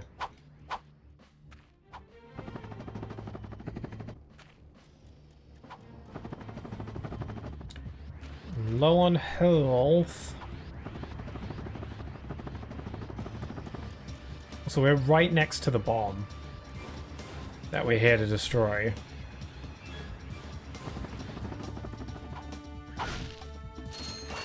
I really like the idle animations in this game. Like, Ratchet has a different idle animation for when he's low on health. But even Clank has idle animations as well. Like, he'll move his head around, or like, you know, he looks at his hand, he's like, oh my god, I have hands. Oh, hello! This guy's jump scared me.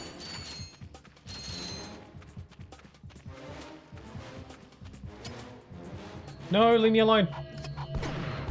Go away, go away, go away, go away, go away, go away, go away, go away. No, no, no, no, no, no, no, no, no, no, no, no, no, no, no, no, no, no. Crap. Can't believe that killed me. Okay, I tried to throw mines out of my own, but that didn't help. I never realized how not that great the mine glove actually is, so I want to replace it with a Visibomb gun. Probably get more use out of it.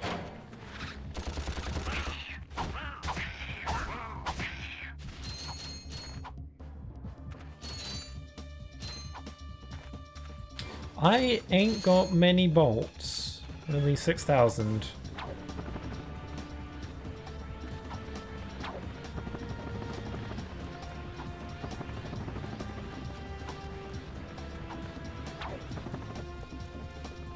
Okay. I actually don't know why I'm going out of my way to destroy these. It's not hurting anybody. Well, it's hurting me, but I don't have to go there.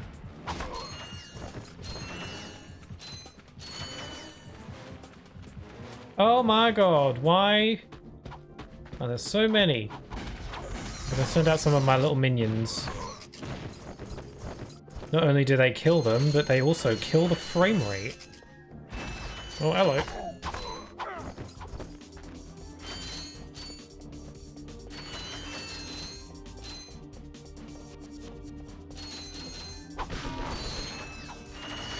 Oh, hello. Ah, one of them survived. Oh, look at him sniff around. He's looking for something to kill. That's so adorable. It's got a little evil laugh going.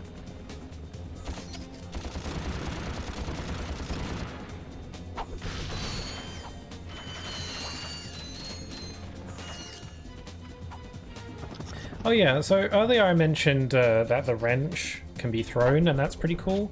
One minor downside to throwing the wrench in this game is that you can't move until the wrench has returned to Ratchet's hand. So while he's throwing it, you're completely stationary, and you can't move again until he's come back to his hand. Ratchet Clank 2 would fix this by making it so that you can move as soon as the wrench gets thrown. Hang on. There's an old defense turret. A small thing, but it's pretty useful. I sincerely doubt it. So yeah, like in Ratchet Clank 2, you just throw the wrench and then Ratchet can move immediately, even if the wrench is out of his hands, which is a nice feature. Again, they fix a lot of stuff just in the second game. My personal favourite in the original trilogy is the third one, but a lot of people like the second one the best, and I don't blame them. Whoops! I guess it's down to taste, because Ratchet Clank 3 zeroes in a lot more on the combat side of things over the platforming and puzzle solving, which could lead to some people not liking it as much as like Ratchet Clank 2, which is more like this game, only refined. But I like the combat, and you know, Ratchet Clank 3 still has some platforming and puzzles, it's just not as much. It's definitely more focused on the combat, but the combat is better than before in 3. They make a lot of really cool additions to how weapons work in 3. So it makes sense that they would try and lean in on the combat side of things for that one. And also the story is pretty fun in 3. And I don't know. I think I heard once that Ratchet Clank 3 was the first game where they hired actual writers for the story and the script. With the first two games, I think they were just like the devs or like something were just doing it themselves. But for Ratchet Clank 3, that was the first time they actually hired writers. I might be wrong about that, but I think I heard that somewhere once. It sounds about right to me. Oh my god, I'm gonna die. There we go. Oh my god, that was dying in stereo. Oh, little guy. Hello. Bleh. Men, you are about to embark on a The very jaw on that dangerous robot. mission. We will be launching a heavily armed surprise attack from our new moon base against a completely unarmed planet. Actually, that doesn't sound too dangerous. Nevertheless, your orders are simple. Destroy anything that moves. Steal the power generators. I like how they from Border tease City. future planets. Then destroy anything that doesn't move. Oh, and don't forget, have fun. Yeah, Drek's kind of going mad with power. And stop Drek. No, we have to get to the moon base to find Quark. If Drek is there, Quark is probably with him. But Drek is going to destroy that city. We must get to the base. That's what I said. No, that is what I said. Fine. Fine. Fine. Yeah, it kind of feels like Drek is just using his whole wanting to build a new planet thing, like, as an excuse to just do some destruction as well. Like, he's just kind of willy-nilly just destroying stuff as well. Mad with power.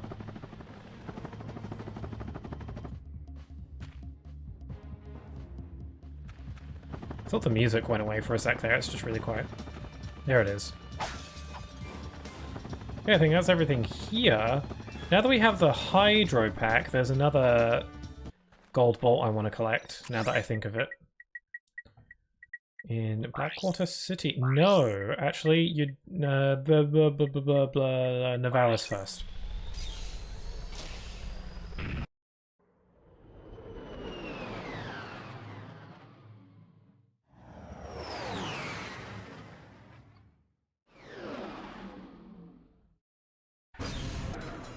Okay, now that we have the Hydro Pack, we can swim against the currents.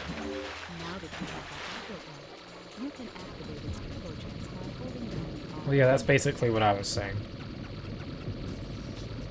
Okay, maybe I should get closer to where I need to be first.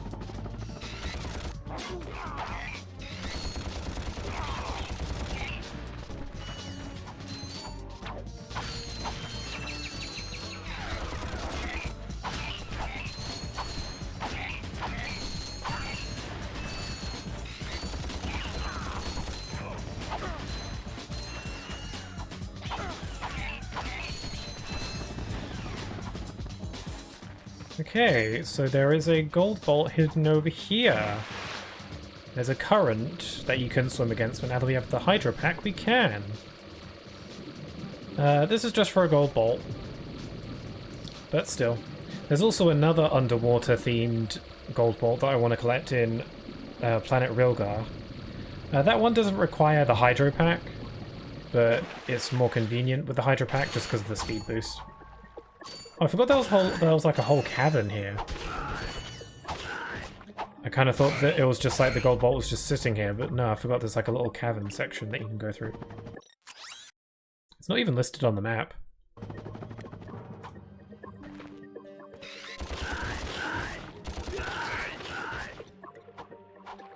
I'm gonna send out my minions to do the job.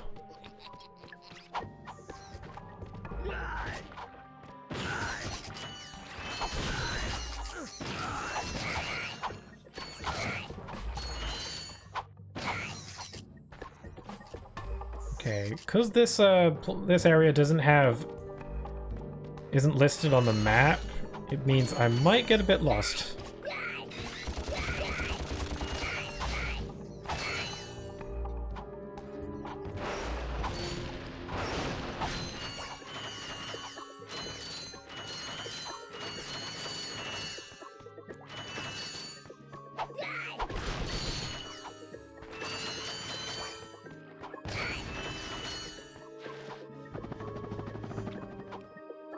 There is a gold bolt here. I can smell it, I can see it.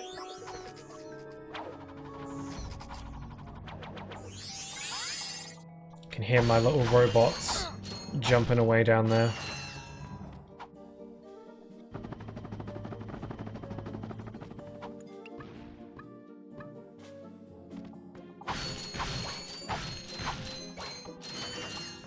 Okay, there is no fast way to return to the ship, you just kind of have to go back yourself. I mean, usually the game has, like, shortcuts for that, but because this is a secret area, there isn't really a teleporter or anything. I want this crate. There we go.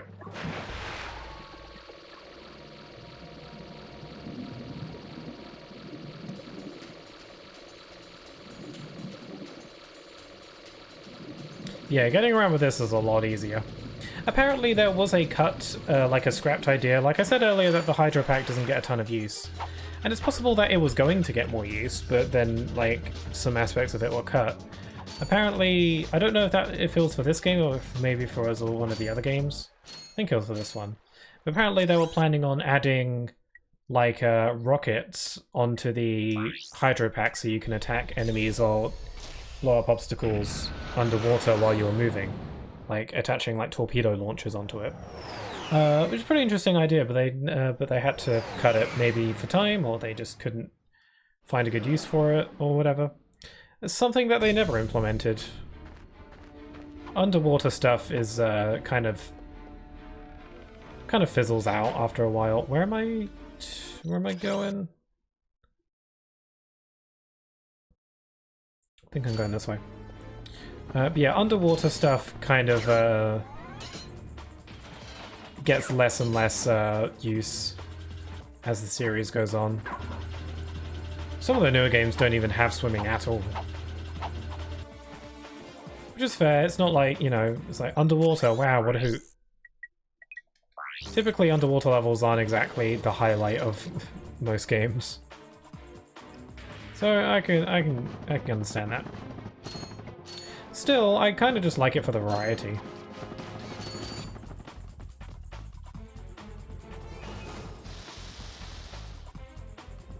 Anyway, I got to do this Hydro Displacer segment again. These grates have unfortunately respawned. I hope I'm going the right way.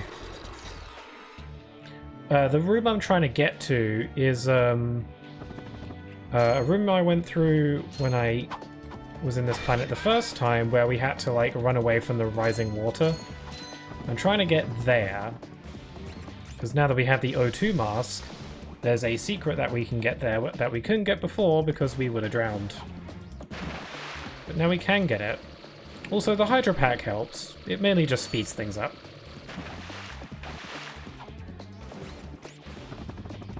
Okay, here we are. This is the room that's all flooded now. But now that we have the O2 mask and we can swim here, we can grab the thing. It's a pretty clever hiding spot for a collectible. Because you straight up like wouldn't be able to reach it if you didn't have the O2 mask, but now that you do, the devs were like, hey, let's get some extra use out of that underwater segment we made and hide a collectible there. Just going to keep going up.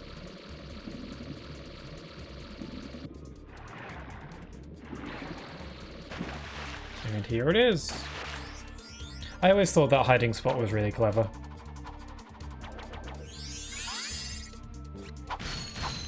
Pretty good use of the O2 mask, I think.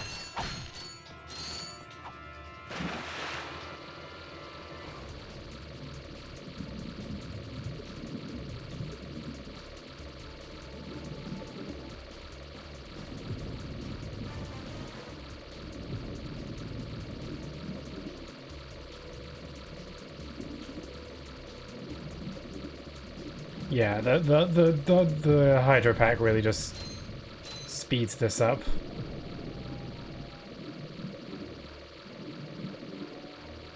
I don't know if I should have kept going forward or if like backtracking like I'm doing now is the best way to get back to the ship. Continuing to go forward might have been faster. I'm not sure. Well, I'm a minute now.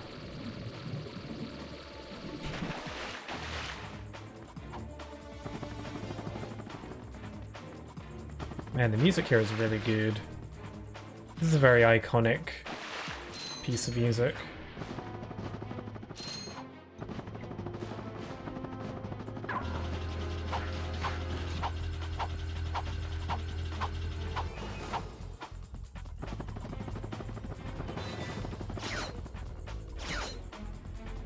But yeah, this is a planet that comes back a couple times in this series.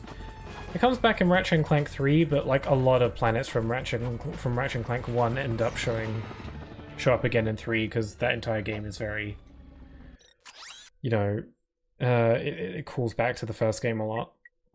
Okay, have I done everything here? Yep. Hiya, Pixel. Oh, hey there, Mitch. Welcome on in. It's been a while. Hope you're doing alright. Iridia. Should I go and grab some collectibles? I should probably wait until I got the Map-O-Matic before doing that. I got most of the stuff. I can get Gold Bolt here, actually. How are you? It's been a while. Yeah, it has. Hope you're doing alright. Yeah, I'm doing dandy. I'm playing one of my favorite game series. It's up there with Kingdom Hearts. This is Ratchet and Clank. I plan on making a video about this game in the near future, so I thought I'd play it on stream, just to familiarize myself with it. Anyway, now that we have the O2 mask, we can head out into this Clank segment as Ratchet, because now we can actually breathe out in space. Pretty clever. You can tell that this place was designed for Clank because it's tiny. But there is a gold bolt over there that we can grab now. It slays.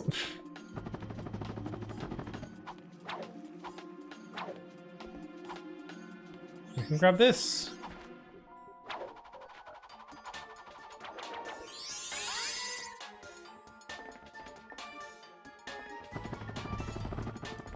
Yeah, this room's so tiny. It felt so big with Clank.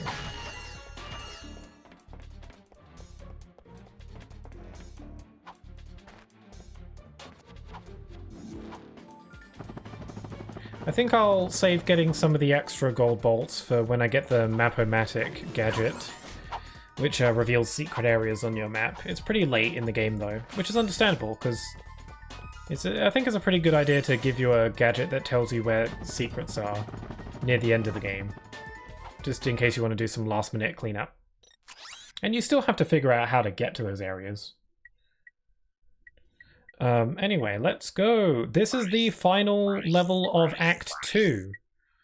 And then there's just Act 3. So this is the Gemlik Base, Altanus Orbit.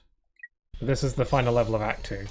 Which is cool, because I've had enough of Ratchet and Clank's bickering.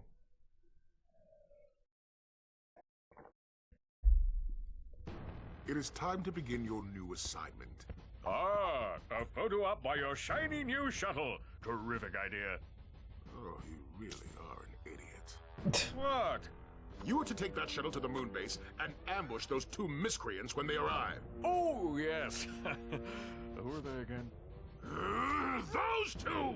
Oh, of course. How did they get that picture of There's them? just one problem. I'm, Too washed up for ground combat? True. That is why I will be loading you my starfighter. You can still fly, can't you? You could just like step on him and squish him if you wanted. Acquire the starfighter once you get to the moon. He doesn't have any weapons. He doesn't have any guards right now. You could just like kick him or something. But that would ruin me. You wouldn't. Try me.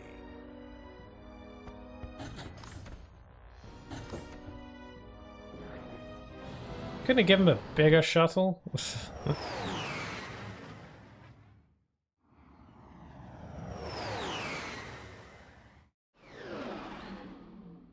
I never cared much for this level before, although its music is admittedly really good, but this level, I don't know. Again, it's one of those where it's got like a dark and moody atmosphere and that doesn't really appeal to me a ton. I still recognize that this is a pretty cool level in its theming. It's entirely out in space, and the music is very good. Perhaps this space station will supply the ship we need. Well, we're here. Let's go check it out.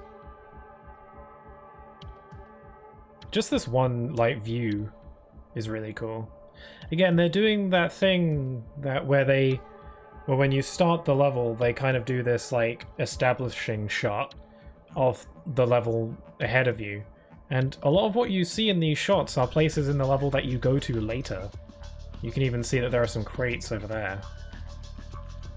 So it's kind of like teasing you at what's to come.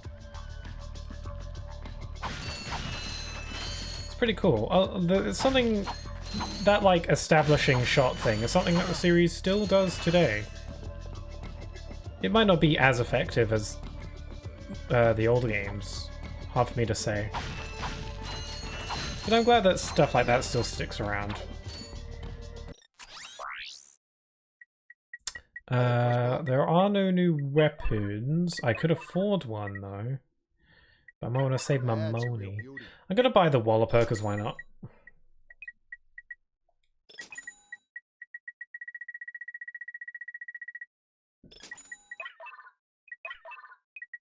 That's a real beauty. Ugh. Okay, the Walloper is a weapon that doesn't use ammo. It's a boxing glove. It punches. And like, I don't know, this can be useful if you're in a pinch and you've run out of ammo on your best weapons. But I don't know, it's really risky because it leaves you very open. And you know, I don't really use it a ton. But I don't know, options are nice. You never know, you might be in a real pinch.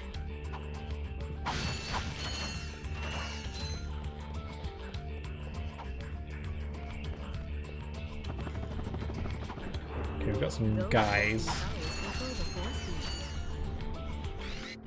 Just use my suck cannon. They sound like chickens or something when they die. Or like ducks or something.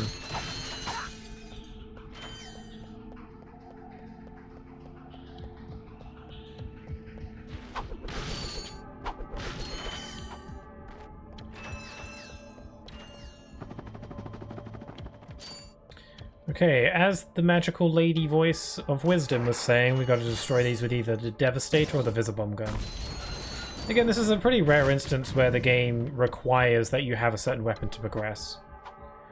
Then again, it is possible to beat this game without, like, with just the wrench, so I don't know how, like, speedrunners get through this section.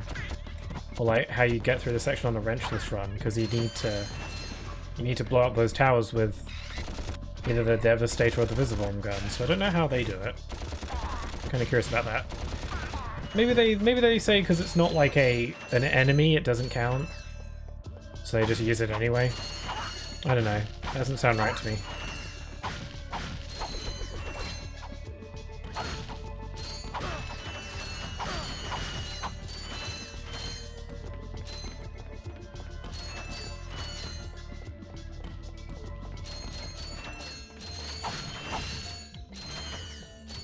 Okay, so this wall has the tower on the other side, so you kind of have to get a good vantage point.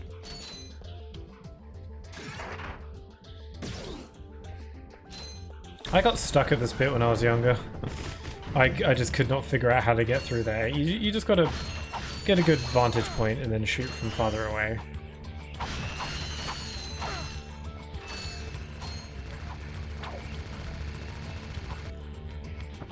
Surprise! Okay, got another Trespasser puzzle. I remember this one being tough. We'll see.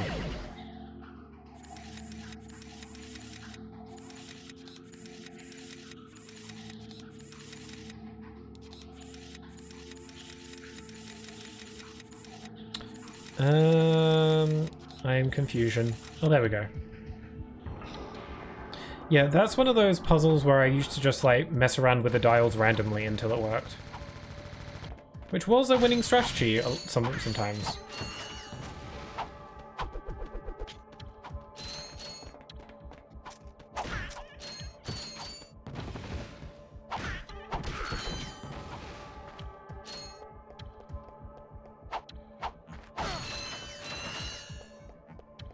Okay, we got another one. Let's see, pop that there. That won't work. That won't work. Pop that one there. Duh. That's not gonna work. What the hell? There are there are 5 beams. Wait, what? How many beams are there? No, there's 4. So 4, 1 for each thing.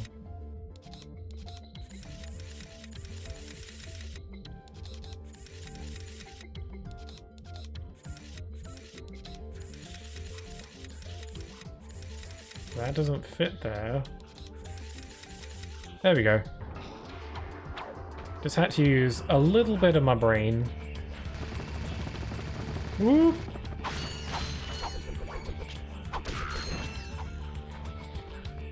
Okay, I'm just gonna bomb you now. See, bomb gloves still being useful. Helps that it's got a lot of ammo, so you're not likely to run out. You can just kind of spam them. Just go nuts with it.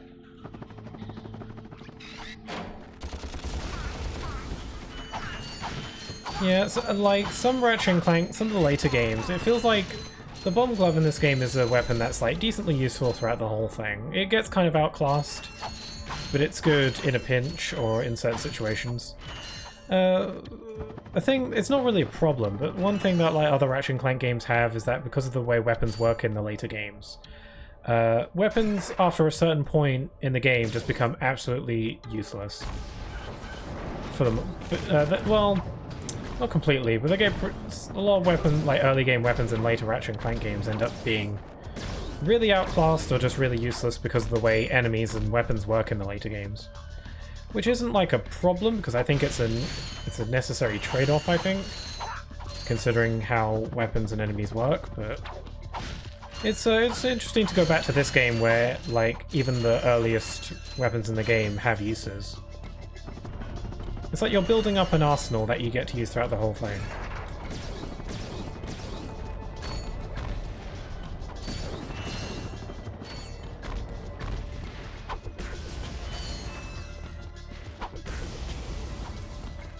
Man, it's a pretty cool view.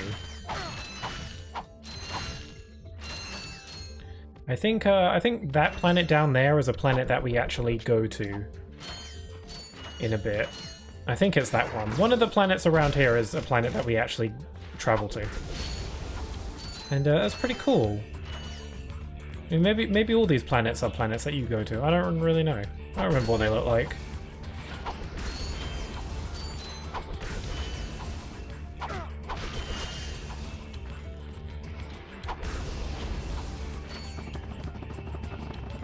I got a giant, massive sun over there. Must be pretty warm around here, I would assume. I don't know, space on its own is pretty cold. If there's a sun right there, it's hard to say. I'm not really a... I don't know stuff about space.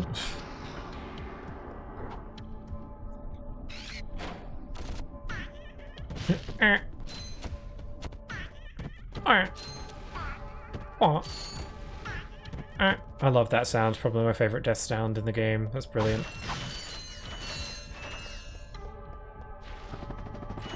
Don't want to fall into that apple juice.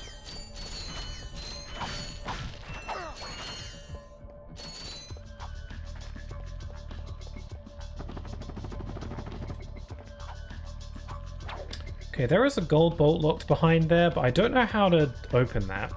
I've never known. I just kind of come back here later in the game and then it's open. So I don't actually know how you trigger that to open up. I'll have to come back later.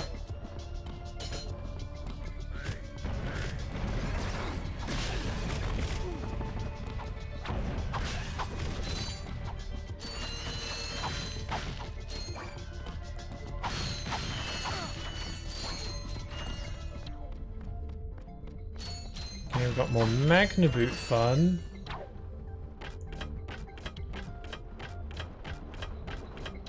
This is kind of cool. Like, the lava is rising and falling, and you kind of have to time your movements to when it's risen. That's pretty cool.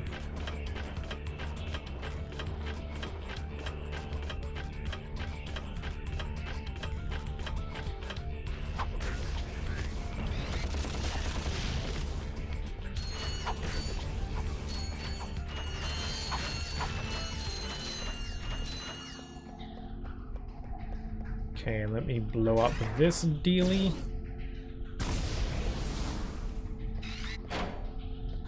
Just gonna time it for when the stuff is down. Jump! Oh, that was close.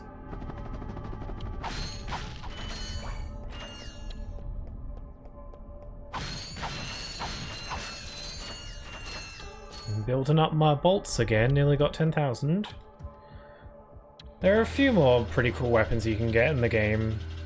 Nothing too crazy useful though. Probably because they like cost too much. It's like the Tesla claw.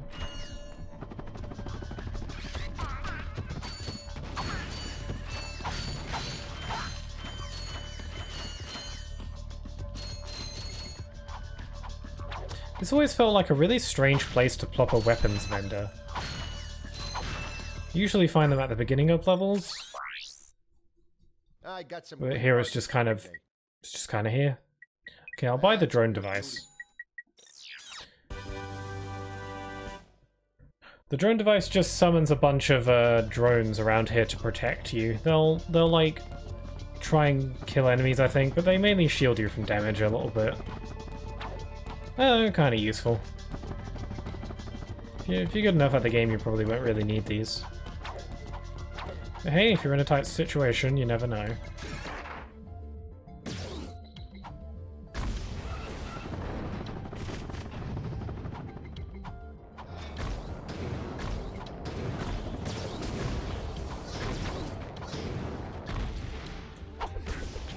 Okay, I want one of these canister things so I can jump up here.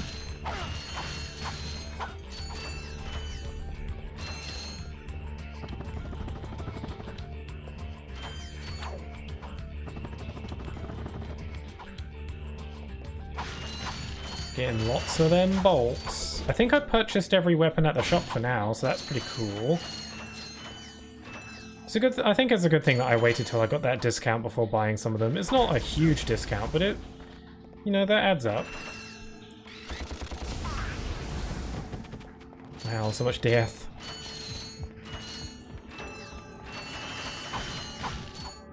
Okay, this is apparently a metal detector spot. I guess, why not? I've almost got every gadget in the game. There's just a couple more left. I forgot what they are. Mostly optional ones, I think.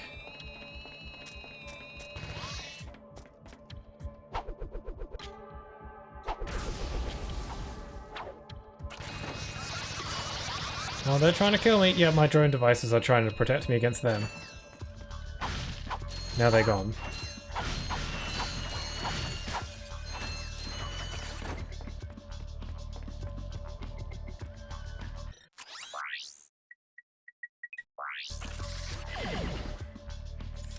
Okay, let's see. Let's plop. No, that's not gonna work. Let's plop this here. That one there. That one there. There we go.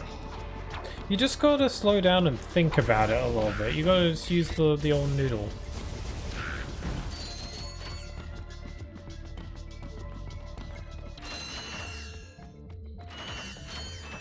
Okay, I can use my metal detector in here.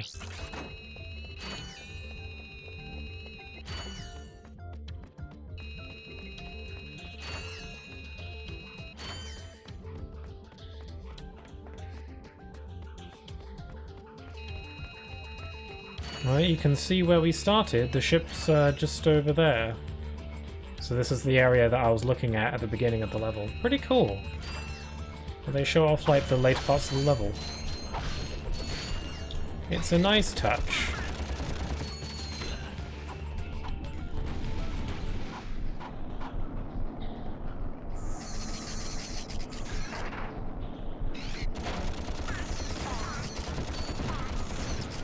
Oh god, I didn't realize how, like, blinding the blaster was to use in first person. Like, mild seizure warning, maybe?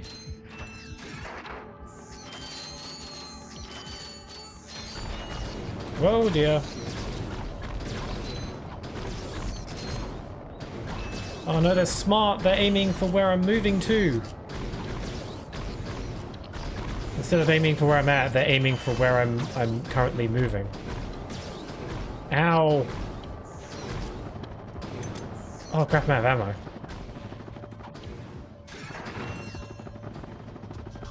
Jeez. Okay, this might be a good time for the Visibomb. Boom. That was close. Almost died.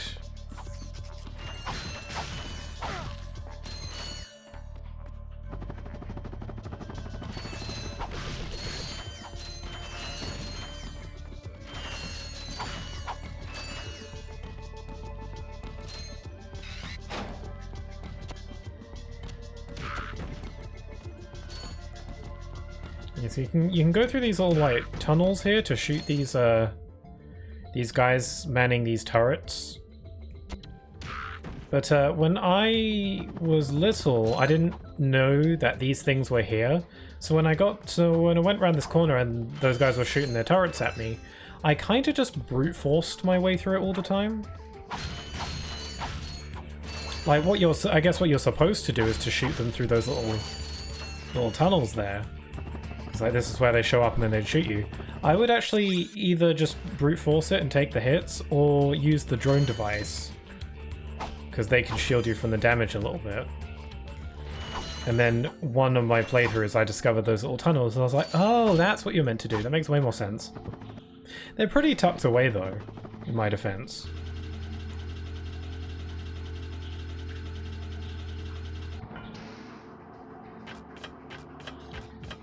Ah, I remember this bit. Lots of enemies. I'm not supposed to be able to walk on this ceiling. Whoa!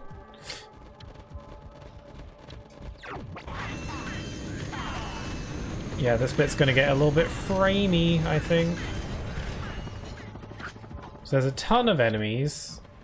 I remember getting stuck at this bit and just hiding on here because they can't reach you. For the most part. Okay, I'm gonna send out some of my little helpers.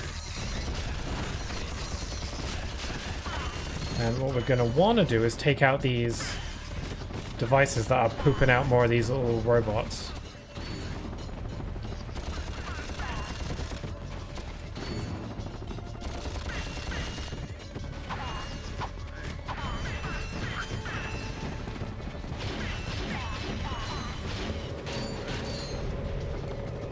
Okay, why is the camera so close? There we go. I still love the sound they make when they die, it's so silly.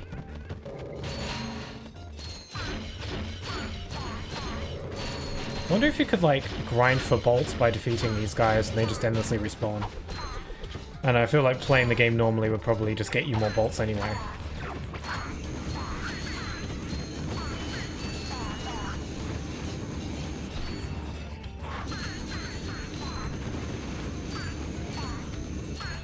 And there we go. Oh, wait. And there we go. Yeah, you have to defeat all of them to continue. I thought this room was like crazy difficult when I was little. You just gotta use the right weapons for the job. Yeah, I would usually just camp over there and just like panic. Try and take them all out from afar.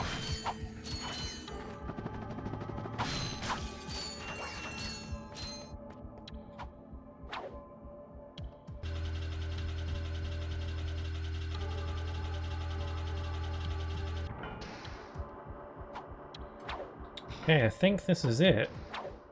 This level is mainly just a straight shot to the end, isn't it? There aren't really any, like, multiple paths or anything. Mainly because this is, like, a boss level. This is, like, the final level of the act, so it's like a boss level. So it's mainly just a straight shot. The first act final level was like that too, where there aren't really any multiple paths. You just go from one... It's like an A to B. So there's the guy. Oh, Captain Ratchet.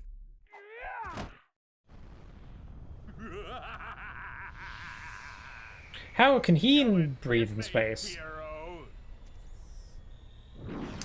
Captain Quark being able to breathe in space is actually, like, kind of a running joke. I wouldn't be surprised if for this game, him being able to breathe in space was more of an oversight that they didn't think of, potentially. But they make it into a joke in later games that he can just breathe in space just because.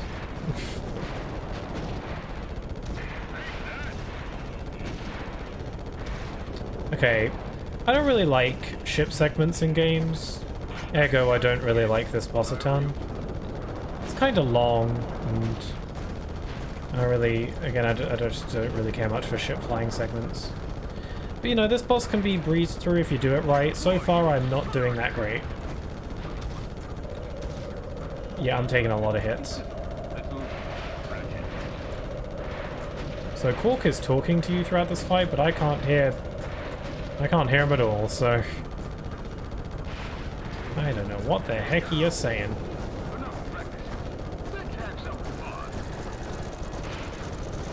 Okay, now these little smaller fighters are going to come at you, which are very annoying. Thankfully, they do drop ammo and health, so you're going to want to kill them. I think you have to progress in the fight anyway, so just do it.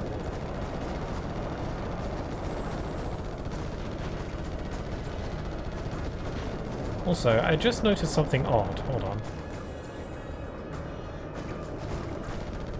I can target these things. Why would I want to do that? Huh. Kind of weird. Oh well. I just wasted one of my rockets on that. Well, it's for science. Die! There we go. None of these guys are giving me any rocket ammo. I mean, health is good, because, you know, not dying is ideal.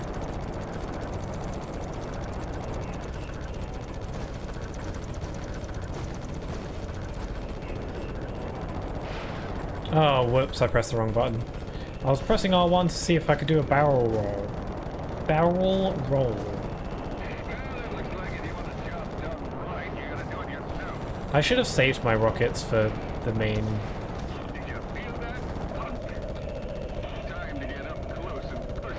Yeah, I should have saved my rockets. Because I don't think... Maybe I don't know if I can refill them.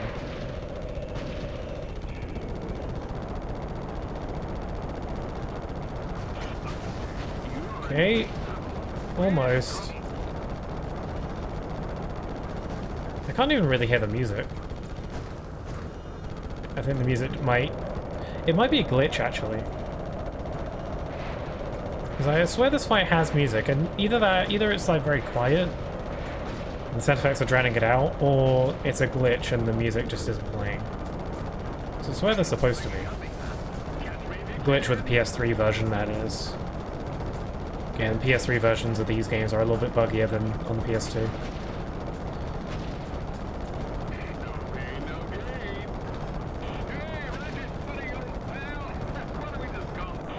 There you go. Well, Ratchet, I'd say you passed the test. Oh, boy. Yeah, he's fallen down to planet Altanis. We'll be back. Is that an escape pod? Huh. Quark is history. Despite my earlier criticism, I must admit your piloting skills are improving. It's because he's got the pilot's helmet. But that has not helped us locate Drek. Come on, Clank. Can't you just once relax and enjoy a little success? Hey, you want to catch Drek? Betcha this baby can do it. Yeah, because we finished an act, we get a new ship. I kind of like that this game gives you a new ship for every act. None of the other games do that. You always just stick with the one you got. It now seems certain that Supreme Executive Chairman Drek will not be dissuaded in his efforts to destroy the galaxy for his own selfish needs. All hope certainly seems lost. Darligratch, Channel 2 News. She's so dedicated. What a dedicated reporter. Yes, I know. It is worse than I expected, too. Look, maybe you were right. This is a lot bigger than you or me. I was really selfish focusing on Quark. It is not too late to stop Drek. Hey, yeah! We've got this new ship. Let's go get him. Now you are talking. Hell yeah! Now they're best buddies again. Or at least they're on better terms now. Okay, but since they popped us over here, there is one cool little secret here. And it's up here. We've got a wall jump on here. That leads to a secret elevator. And if you take it up, it'll take you to this secret gold bolt room. Or gold weapon room. So this is what your gold bolts are for that I've been collecting. You can use your gold bolts to buy up gold versions of your weapons. You have to purchase the original weapon first to get its gold version, but this is what your gold bolts are for. It's mainly something that's for the post game, because there's actually 2 gold weapon rooms. This is a much smaller one. There's a bigger one that only unlocks in the post game, or in New Game Plus. But you can get some early ones through this little secret room, which is pretty cool. You have to spend gold bolts, but you have to spend regular bolts as well, which is kind of sucky. And yeah, getting the gold versions is really expensive. It's stuff like this as to why there's no way that you're going to be able to afford everything on your first playthrough. Just because, you know, this is too much monies. But yeah, the gold weapons are more powerful and have some other slight effects. They're not really necessary to beat the game, but you know, they're fun to have. Yeah, we got a new ship.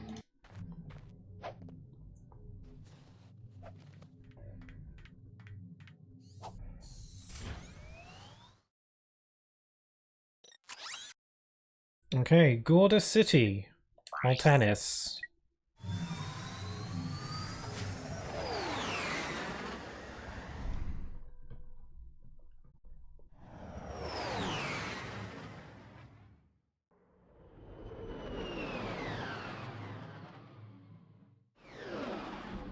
Oh man, that city is messed up. Whoop! Oh yeah, I forgot about this. Clank? Clank? Come on, wake up! Yeah, Clank just dies. Imagine. After all that. Oh, goofball. It's me, Ratchet. What happened? You got toasted by lightning. This place is having one heck of a storm. You won't be safe out there. I'll be right back. Yeah, so this is a Ratchet-only planet. Clank can't be here because of the storm, so this is Ratchet only. Meaning that all that really means is that you don't have like the Hella pack or the Thruster pack, which does limit Ratchet's moveset a bit, but you still have all your weapons, and Ratchet has his usual skill set, so... But this is where I'm going to end for today, I think. This is the beginning of Act 3, so it seems like my goal of beating an act per stream, very attainable. So... yeah, I guess I'll continue with this next time, and I'll go through Act 3 and beat the game. I'll see if I can also round up the rest of the gold bolts as well while I'm at it. Yeah, thank you very much for joining me. If you're watching this on the VOD, thank you very much for that as well. You are appreciated. You know, not very lively today, expected as much, because, you know, my... for reasons I said earlier in the stream. But I really like Ratchet & Clank, I really like these games, and I want to play them, so might as well stream them, why not? I like them, and I want to make videos on this game, so I feel like I'm glad I started playing this. I want to try and play some of the other Ratchet & Clank games on stream as well, so I'll work my way up to it. I don't know if I'll like play the Ratchet & Clank games in a marathon-esque fashion on stream, like I did with Kingdom Hearts, but I think maybe I'll slide in a Ratchet & Clank game here and there. But yeah, that'll be it for today. Next time I'll be streaming on Sunday, and I'll be playing something different. So I've been playing, this is my second time in a row I've played this. I played this last Sunday as well. But on this Sunday, I'll be playing something different. I don't know exactly what. I'm thinking I'll either continue Final Fantasy VII Rebirth hard mode. I'm not too sure though, because I wasn't too enthusiastic last time. Not because I wasn't liking the game, but I think it's just been too soon since the last time I played it. So that I feel like I need to wait a bit longer for the game to not feel quite so fresh in my mind, you know? But I might just like give it another shot anyway, just to see. If not that, then I might do another Kingdom Hearts level 1 Super Boss Rush stream. If not, my main goal is to actually bring Sleepy Grim in for them to stream a game with me. But if they're busy or they're not able to, then I think Kingdom Hearts or Final Fantasy will be my backup plan. But that's the goal. We'll see. And then I think I'll play more of this perhaps on Wednesday, but if not, definitely on Friday. And then I'll beat it, and then I'll be playing something else. So that's the goal. But yeah, thanks again for joining me. I'm going to end it here for today. So with all that being said, I hope you all have a wonderful rest of your day. Stay safe, and hope to see you all again very soon. Take care.